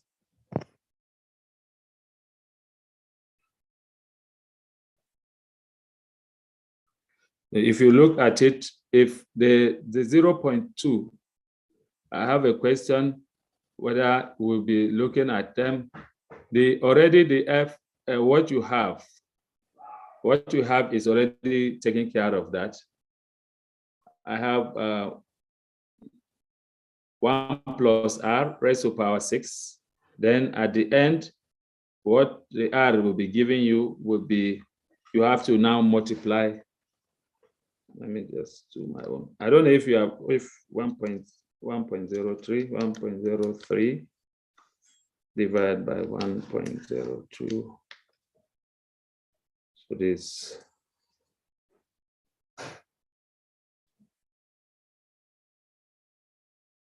Sorry, don't forget 1.02 is raised to power 2. I didn't put it before here. Raised to power 2. So it is 1.03 raised to power 8.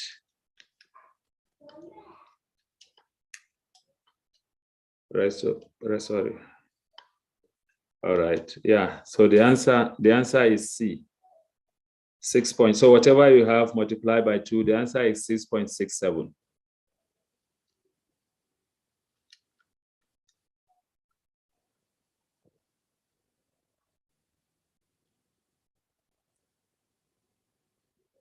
You get, yeah, whatever you have, you need to multiply by 2 to have it fully in semi-annual bond basis.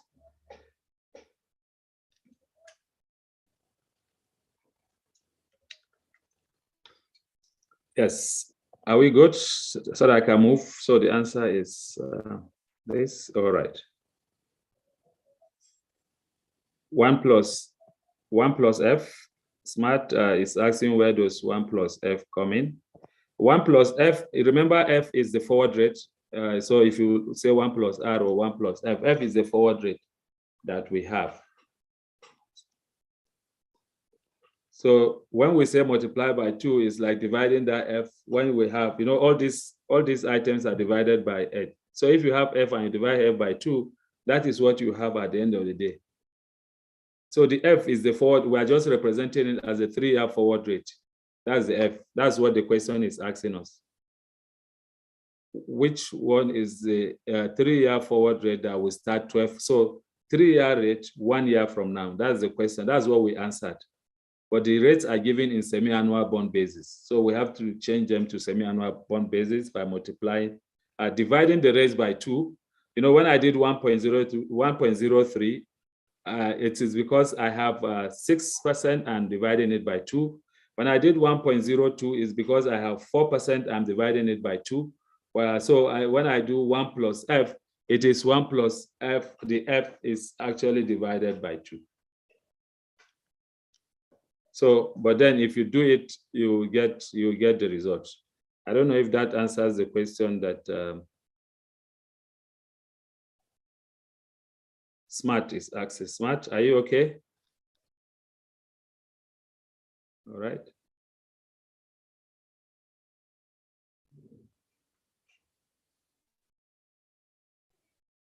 Okay, I'm waiting for response, but let's move on. Let's move on. So the answer will be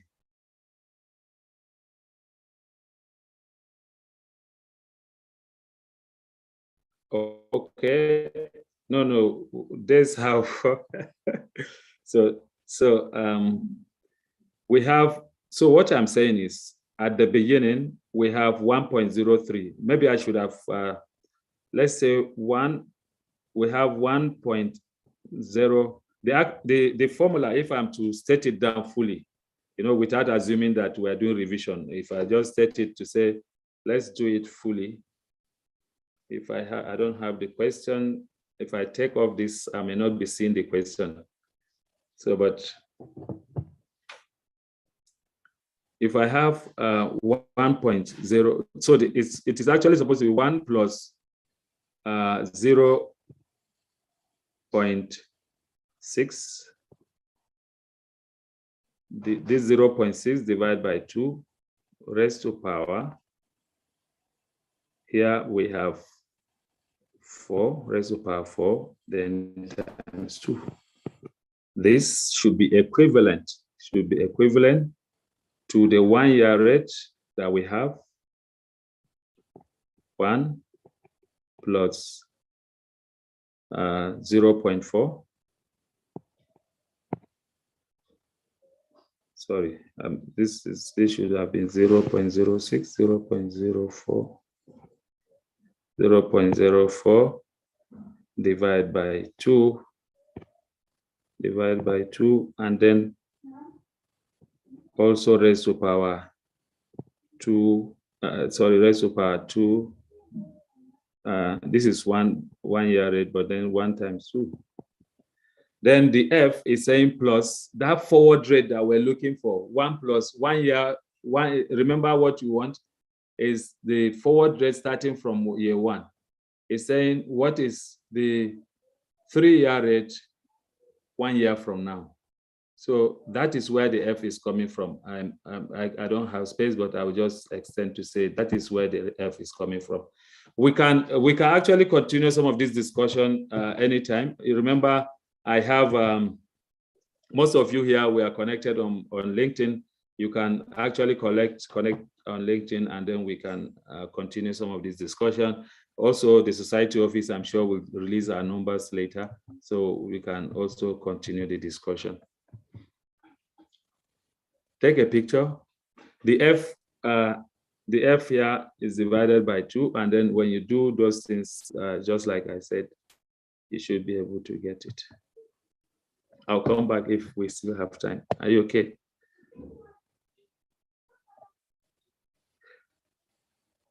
All right. So let's move on. Let me just be selective now so that we just, so for spot trade, this spot trade, you have to take the various spot rates and do the calculation. So if I'm having this on the basis of this spot rate, the price of the bond today is, for spot rate pricing, I will take, the cash flow is 9%. So I will take 9. I'm just going to set the equation sort of 9 divided by 1.07 for, remember, 0.7 raised to power 3. Remember, there's a regular coupon payment at the rate of 9%. Sorry. Recently issued a deferred coupon bond for which no coupon payment will be paid in the first 2 years of the bond's life. Regular coupon payment at the rate of 9% will then be made until the bond matures at the end of 6 years. The spot rate for various maturities are given in the table below. So these are spot rates, meaning that year 1, year 2, year 3, you are 0. There's nothing there. So nothing to do. But then you are now starting from year 3. And this is how you are doing the valuation. Please, it's important you understand this and what is behind what we are doing now. You know, it's a deferred coupon bond. So this will be 1.065 raised to power 4. And plus another 9 divided by 1.06 raised to power 5 plus another 9 plus 100 and 09.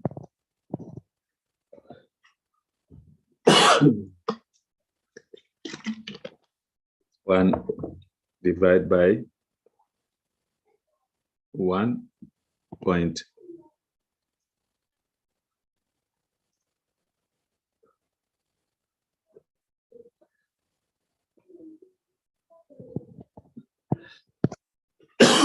.055. Is that okay? Raised to power 6. What's the answer?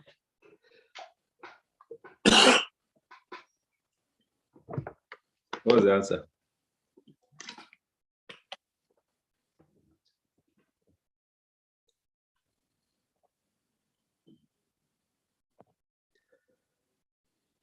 Okay.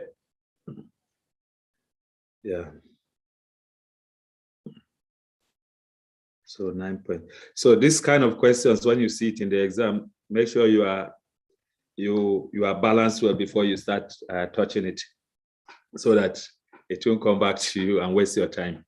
So when you see it, what it's asking for is that because this is what do you call it? Because this is a deferred coupon. So at the early periods, coupon is not paid. So you don't have year 1, year 2, year 1 and year 2 will be 0. The cash flow is 0. Anything divided by 0, you can't discount that.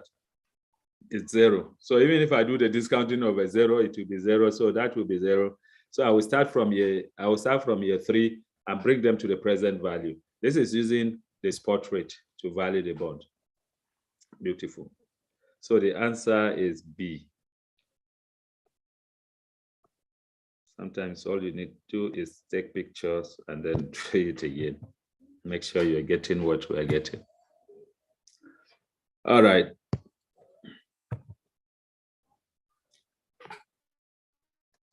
Which kind of bond is this? This is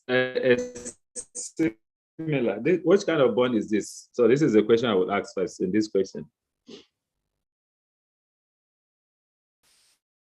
Which kind of bond is this? I'm not gonna call names. So, Moyuwa said it's plain vanilla. Yes, it's plain. This is a deferred coupon bond. This is the deferred coupon bond. Now, what is it? Is it different from the previous one? It's the same. It's deferred coupon. The previous one was also deferred. We were not paying coupon at the beginning. We start paying coupon towards the end. After some years. But then to answer this question, this is going to be different from the previous one that we answered. This is going to be different from the previous one. With this one, you can't use. This is not spot rate. Remember, they are now giving us a different to maturity. This is yield to maturity, which is the IRR that we are calculating. So if I'm you with this kind of question, the best way to do it is to go to your cash flow function and insert the cash flows properly. 87. So in terms of the price, we have 87 negative as our price. And the cash flow for the first year, the coupon for the first year, no coupon.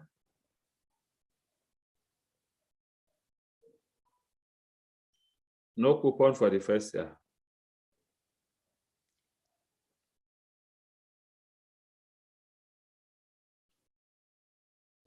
No coupon for the second year. How many years? Next 4 years. No coupon for the third year. Then the next 4 years, there will be no coupon. So no coupon for the fourth year as well.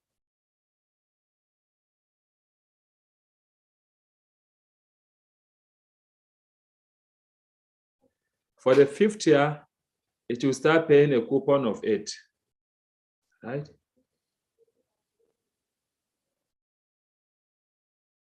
Until the bond matures in the period. So 5 from year 5, I have a coupon of 8, and then the frequency is 4.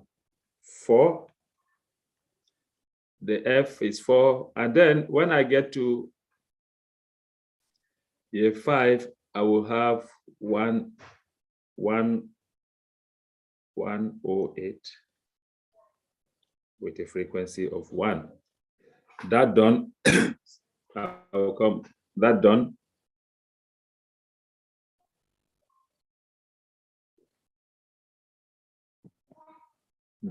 I will now come back to IRR function.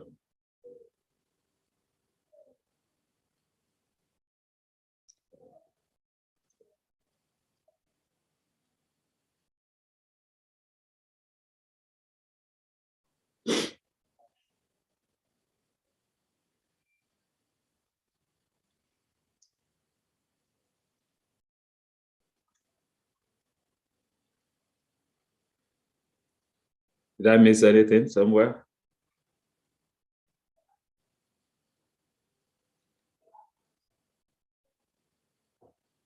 So, second, let's go back to the cash flow. I don't know if you are with me.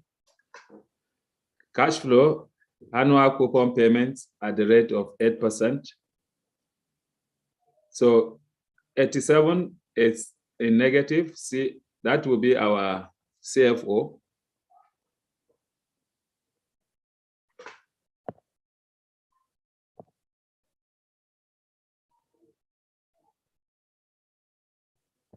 Yeah. Then remember I said your CO1, there's no cash payment, CO1. No cash payment. I can actually do from CO1, CO1 is 0, then CO is 4, FO1 is 4. CO2, I can make it second function, clear workbook. Yes, yes, yes. Let me just try writing it down so that my colleagues here will follow. 87, then CO. Remember the negative sign when you are entering that. I'm also looking at the time. CO1, is that okay? You have 0, but then the F1, you for the next 4 years, so it's 4. Enter and then move down.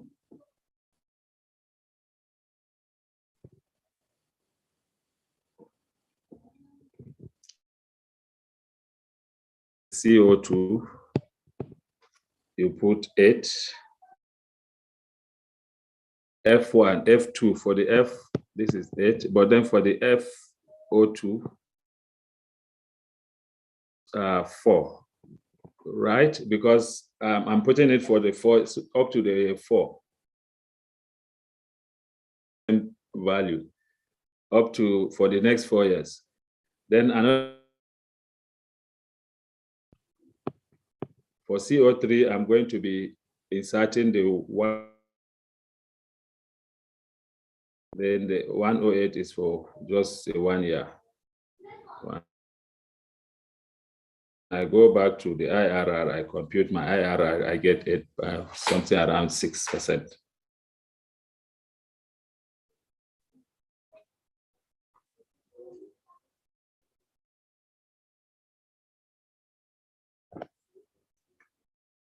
Again, this will be a combination of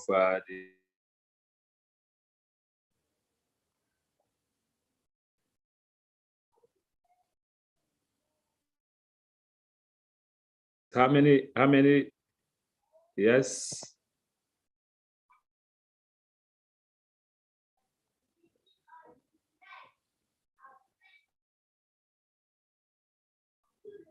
We are saying the regular payment will be for the next 5 years. If you remember to put, if you put CO2 as 5, then you should be able to remember the 100 when you are putting the 100, how you're going to be looking at it. Because the 100 and the 105 are occurring at the same period.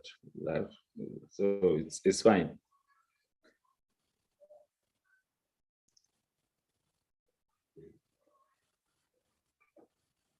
So that you don't you remember not to repeat. I'm just saying remember not to repeat the remember not to repeat it in the same place.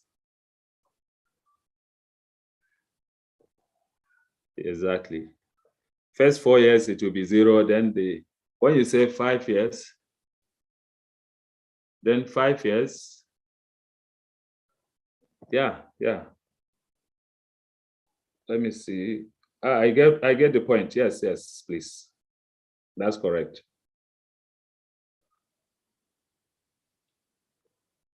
Yes, that's correct.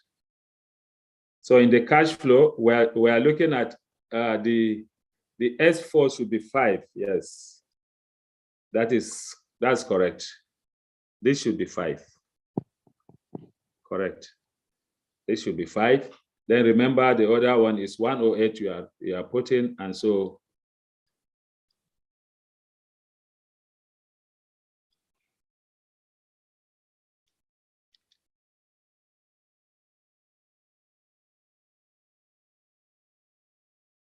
all right.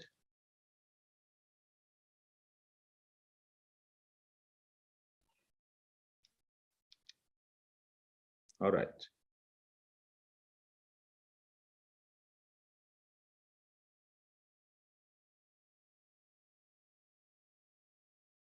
Yes. Is that okay? So if remember, the idea is that the first cash flow is CFO is negative 87.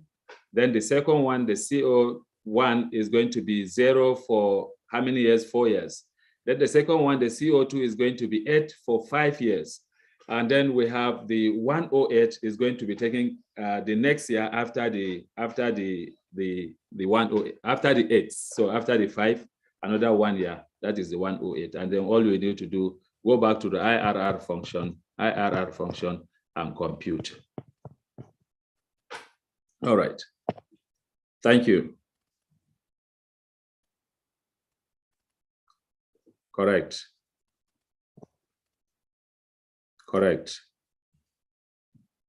CO, so then go to IRR function. Go to IRR function, go to IRR function and then compute the IRR.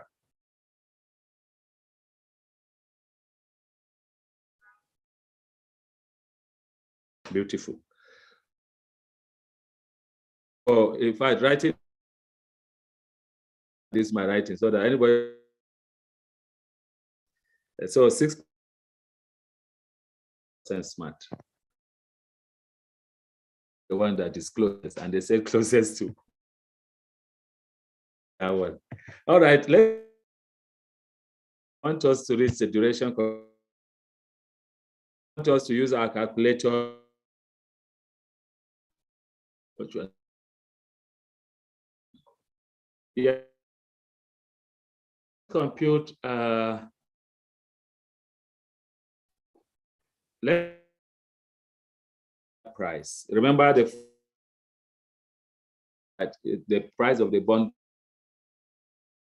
The full price is the quoted price of a bond plus the accrued interest.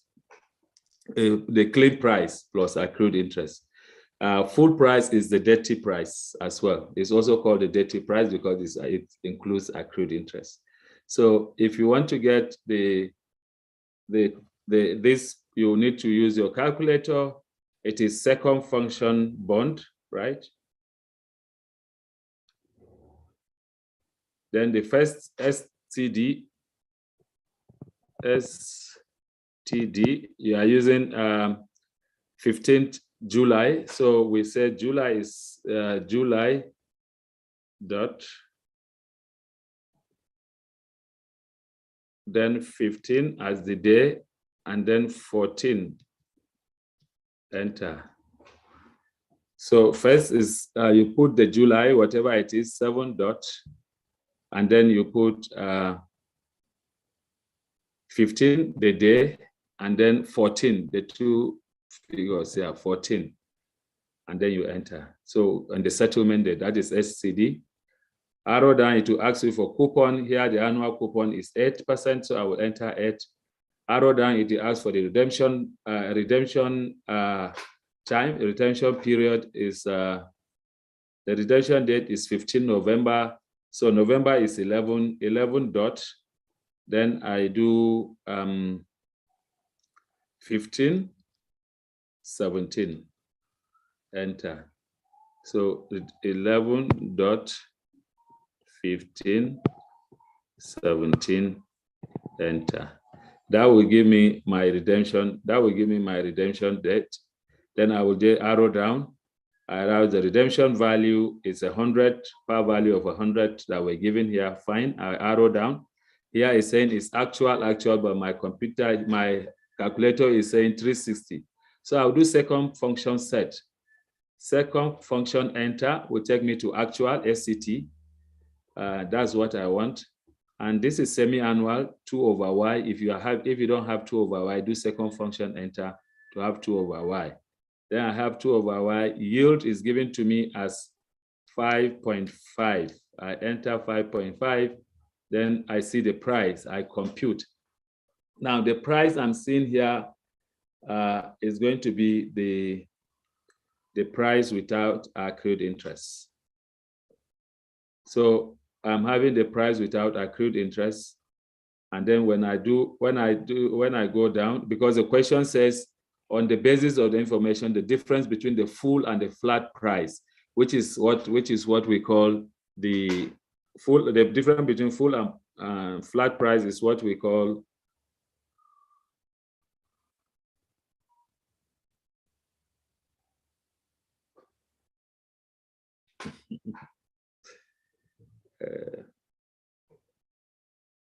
so the full and the flat price is what we call accrued interest, and therefore the accrued interest here calculator is giving it to us as 1.32609, which is the same as 1.33. But then remember, what am I having? Yes, I have 1.33. Is that what everybody is having?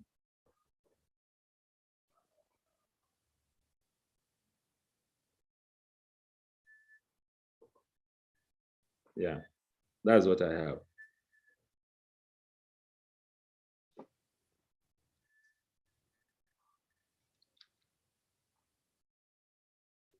All right.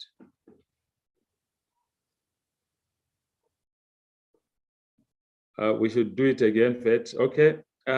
So just briefly, so that so let me just clear. I'm saying that. So the first thing when you enter second function bond, you are going to see SDT. SDT, we said, what is the settlement date? For the settlement date, that is the beginning. Settlement date is 15 July. It's 15 July. So 2014. So you start with the month 7th. So 7 dot, then 15, then 14, and then you enter. 7 dot 15, 14, enter. And then you do arrow down. You will see coupon. I said coupon is 8%, is given to us.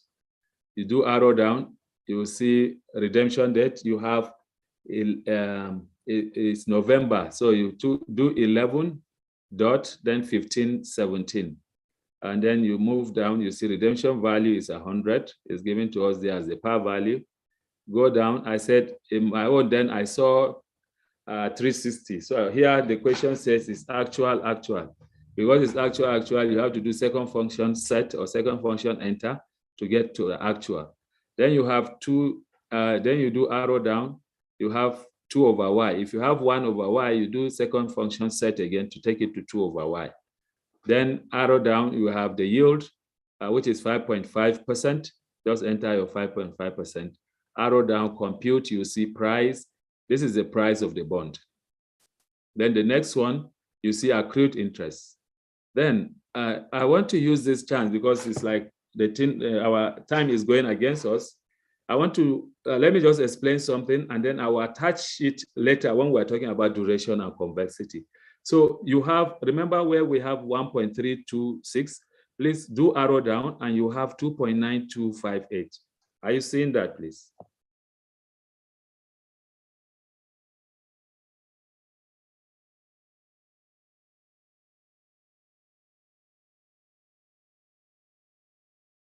No, STD is not 15 dot.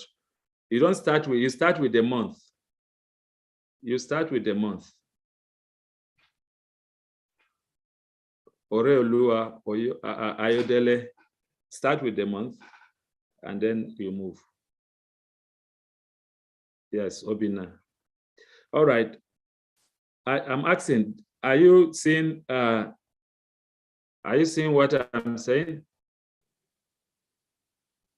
Okay, maybe your calculator is arranged the American. My calculator is set the American way. Aha. My calculator is the American way. So good. So if you are seeing the duration of 2.92587, beautiful. That's what I want to talk about. Now, this duration you are seeing, because it's possible the examiner asks you to calculate Macaulay duration. Now, this duration you are seeing is modified duration that you are getting. Now, this modified duration means that I can actually use the calculator to calculate modified duration. Now, the 2.92587 is a modified duration. To get to Macaulay duration, it's modified duration. Macaulay duration is equals to modified duration times 1 plus R, or modified duration is equals to Macaulay duration divided by 1 plus R. So if you are moving from Macaulay duration, from modified duration to Macaulay duration, please you need to multiply this by 1 plus R, and then that will give you your Macaulay duration. So this is modified. So if I multiply this, if my R is 5.5, for example, I will just multiply this by 1.055. I will say equal to, and 3.08679 will be my Macaulay duration. I hope that helps. All right. All right, let's move on so that time will not hit us hard. Like I said, we have some previous readings. I will actually encourage us to go to just some of those previous readings to look at them. But it's good for us to just move. If we have a question, drop it. Is it dirty or clean? Okay, no, the price you see is the clean price. Is the quoted price. So we have to add that price to add the accrued interest to the price to get the dirty price. It's Olainka, I'm answering you. You have to add to get the dirty. You have to add. All right. So the price the calculator is giving you is the quoted price. You need to add it to get. I have so many things I want us to discuss, but because time is really against us, and I want us to touch on duration and convexity, you can see that I was actually fully loaded and waiting for you. But unfortunately, I may have to skip most of these good questions that are laid down here for you. There are questions that even if I don't do it with you, please fire time. I'm scrolling so that when you go to the YouTube and then you are going through it, you'll be able to answer those questions. Very nice questions for you to look at. Carefully selected to represent the whole of the fixed income reading. Unfortunately, I want to move to the next reading.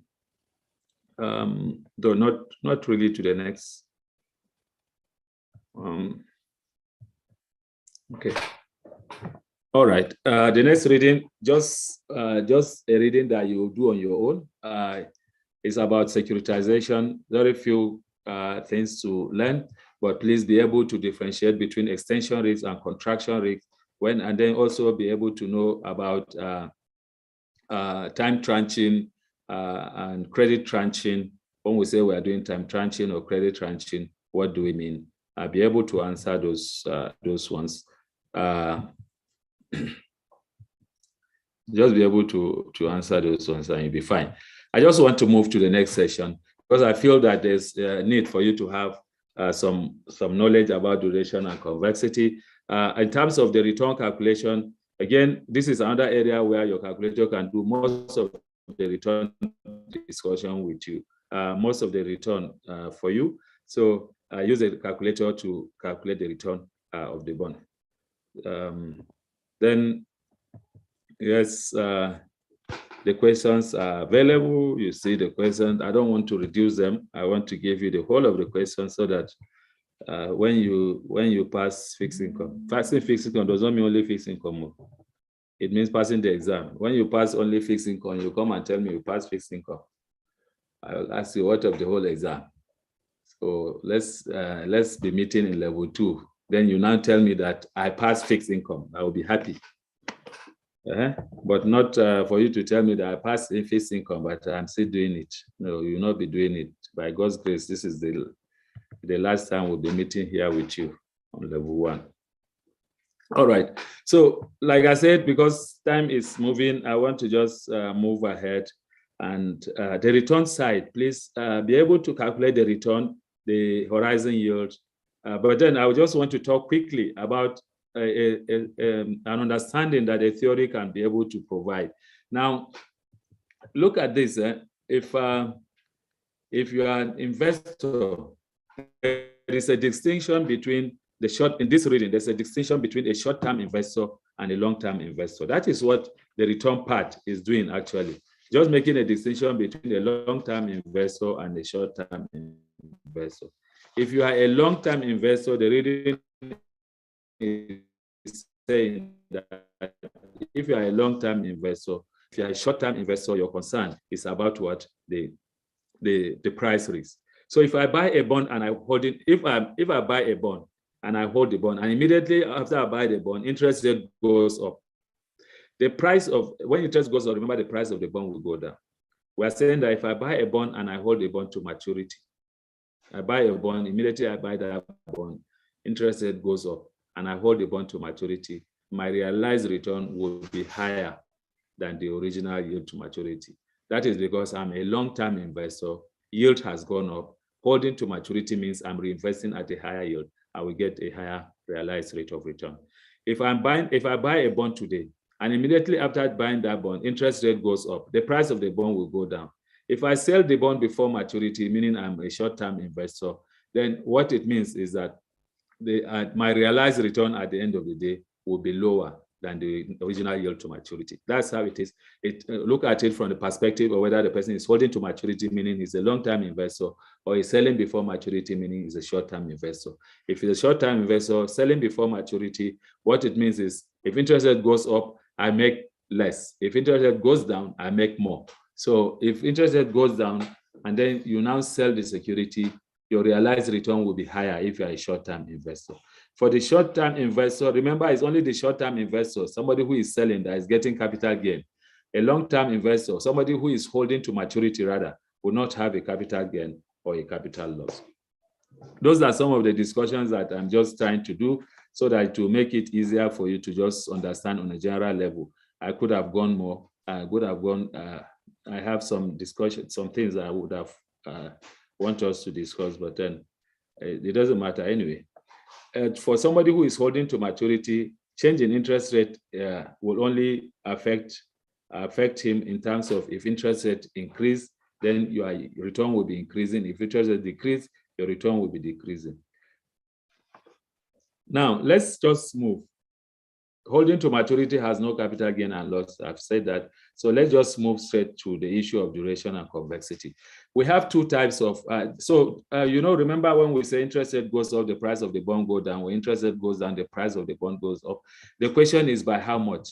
How do you quantify that? So the duration is what is giving us that. Duration is the sensitivity of the bond to the change in interest, sensitivity of the bond's price to the change in interest rate. When interest rate goes up, the price of the bond goes down. By how much is what duration is actually given to us. It's not the issue of time. It's not the issue of, it's just the issue of sensitivity majorly. So duration, there are two types of duration. We have yield duration measures and the curve duration measures. The yield duration measure is the duration measure that measures the sensitivity relative to the yield to maturity of the bond. The curve duration measure is the sensitivity, is measuring sensitivity relative to the benchmark yield curve. So most of the duration measures that we'll be looking at Macaulay duration, modified duration, price value of a basis point, money duration. All those duration measures that I mentioned are yield duration measures. And that is why most of them will be using yield to maturity, Macaulay duration. And then modified duration. Then we have effective duration. Effective duration is the only duration measure that usually we classify that under the curve duration measure. Remember I said we have two types, yield duration measures and curve duration measures. That's what I'm talking about. Now, let's look at those individual duration measures and then calculate that. Remember with the calculation for Macaulay duration, I told you how we can easily do Macaulay duration. So if you have a question on Macaulay duration, use the calculator, compute the modified duration, change modified duration to Macaulay duration. Remember, Macaulay duration, or rather modified duration is equal to Macaulay duration divided by 1 plus R. So which means that if I take my Macaulay, if I'm giving 1 plus R, meaning that if I'm giving Macaulay duration, sorry, if I'm giving a modified duration, I can move to Macaulay. If I'm giving Macaulay, I can move to modified. What it means is that for modified, it is equal to Macaulay 1 plus R times 1 plus R. Now, remember also that there is an effect. We can adjust the R by the periodicity. If it's semi-annual, we divide the R by 2 and all that. Let me just move. So that is modified duration. That is Macaulay duration. Macaulay duration measures the weighted average number, weighted average of the time it will take us to recoup the cash flows of a bond. So whatever Macaulay, if I say Macaulay duration is 9, it's saying on an average, if I hold this bond for 9 years, I'll be able to get the cash flows of the bond. But remember, it is about sensitivity. We'll talk about it later, where Macaulay duration will be used. If I have the letter, that is what I'd say, where Macaulay duration will be used. It is majorly used in where we have the duration gap, the modified duration minus investment horizon, the duration gap discussion. Unfortunately, so the other duration, modified duration gives us the sensitivity of the bond for a 1% change in interest rate. So interest rates go, if yield goes down by 1%, what happens to the price? So if I have a modified duration of 10, what it's saying is that if yield goes down by 1%, then the price of the bond will go up by 10 times. That is what modified duration is doing. And modified duration, the formula for modified duration, we usually say is approximate modified duration. It is this, right? Price when yield goes up minus price when yield goes down minus price when yield goes up, times 2 times change in yield times the original price. Now, both Macaulay duration and modified duration, remember they are yield duration measures. So if you have bond with embedded option, they cannot be used. So we have to use the effective duration. And effective duration or option adjusted spread duration measures the price relative, measures the change in price relative to a change in the benchmark yield curve. And this part of the duration, the sweet thing about this is that it can be used for any kind of bond, whether the bond has embedded option or not. Macaulay duration, modified duration can only be used for bond with embedded, for bonds without the plain vanilla bonds without embedded option. But effective duration can be used for both plain vanilla and the bonds with embedded option. So Macaulay duration, modified duration, effective duration all takes care of parallel shift in the yield curve. But then you have, if you have a non-parallel shift in the yield curve, you have to use the key rate duration, which looks at the curve duration or non-parallel yield curve changes. Factors affecting duration are the same as factors that will affect convexity. Factors affecting duration, so factors affecting duration, just those factors that increase sensitivity. Long maturity, low coupon, low yield to maturity will all have higher sensitivity or longer duration. So a long maturity will have higher sensitivity, low coupon, higher sensitivity, low yield to maturity, higher sensitivity.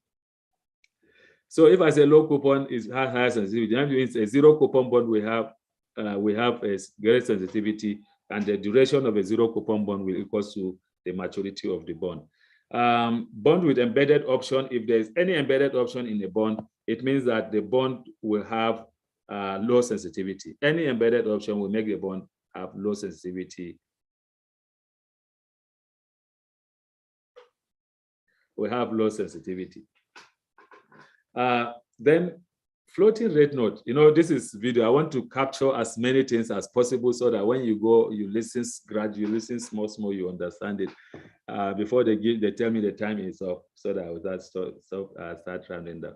Then floating rate, when there's a floating rate in a bond, it reduces the sensitivity of the bond. When I say sensitivity, remember that is the definition of duration that we talked about. So long maturity, low coupon, low yield to maturity, bond those three. Long, when you have long, low, low, right? Long LLL, long, low, low, long maturity, long coupon, long yield to maturity, higher duration. When you have embedded option, floating rate, lower duration. All right. Then let me talk about duration gap quickly. So we have 5 minutes to finish. When we talk about duration gap, we're just looking at the relationship between the investment horizon. When you look at duration gap, you say, okay, the difference between the Macaulay duration and modified duration gives us a duration gap. If it is zero, if the duration gap is zero, then the investor is hedged against both price risks and the reinvestment risks, interest rate risks. So you are hedged. We have two types of interest rate risks, price risks and reinvestment risks. But if the duration gap is positive, meaning Macaulay duration is more than the investment horizon, you have a price risk, P, positive, P for P. Remember that price risk, when it's positive, price risk, right? And then when it is negative, you have a reinvestment risk. And reinvestment risk is the risk that interest rate will go down. Price risk is the risk that interest rate will go up. So many things to talk about. I will just say thank you very much for the opportunity to be discussing this. Like I said, we can connect everywhere and then have this discussion further. If you have any issues, you can connect and then we talk about them. Our aim in the society is to make sure that we help in any way possible that will make it easy for you to pass this exam. It's not an exam that we say it's easy. It cannot be easy, but our job is to make it less difficult for you to pass. And I hope that we have done it in this way so that we have helped your preparation. And God's grace will see you in level 2. Thank you so very much. Remember again, my Abuja plea. We have an office in Abuja. We have a place where you can always come around to read. We open for business Mondays to Saturdays. So please be able to come and join us and enjoy. My name is Musa Bagudu. That is what you find on the LinkedIn. Thank you and God bless. Thank you. Yemi, over to you. Thank you very much. Musa Bagudu, a member of the Board of Governors, CFA Society Nigeria. I would like on this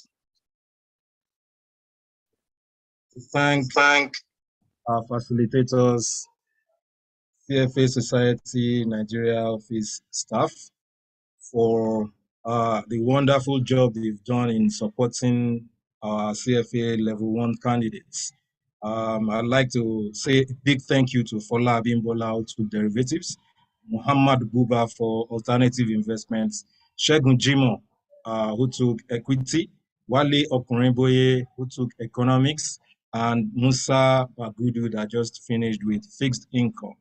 I would like to implore everyone to join us by 2:30 p.m. tomorrow for a short feedback session. We would like to know how the society can better be able to support our candidates in these exams, and even other topics that are not exam related but may be related to CFA exams, CFA generally, maybe around the pain points you are facing around making payment for your exams, means of identification, those kind of issues.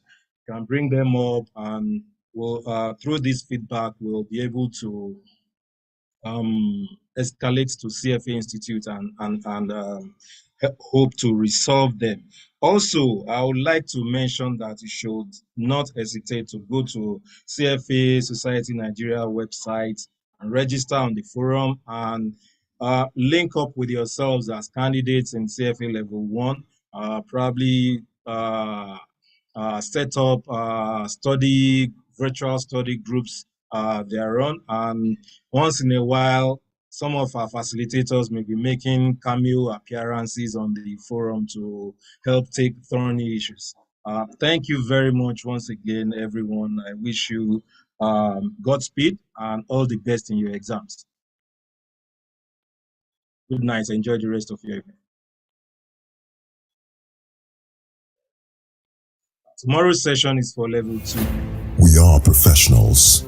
We are impact-driven.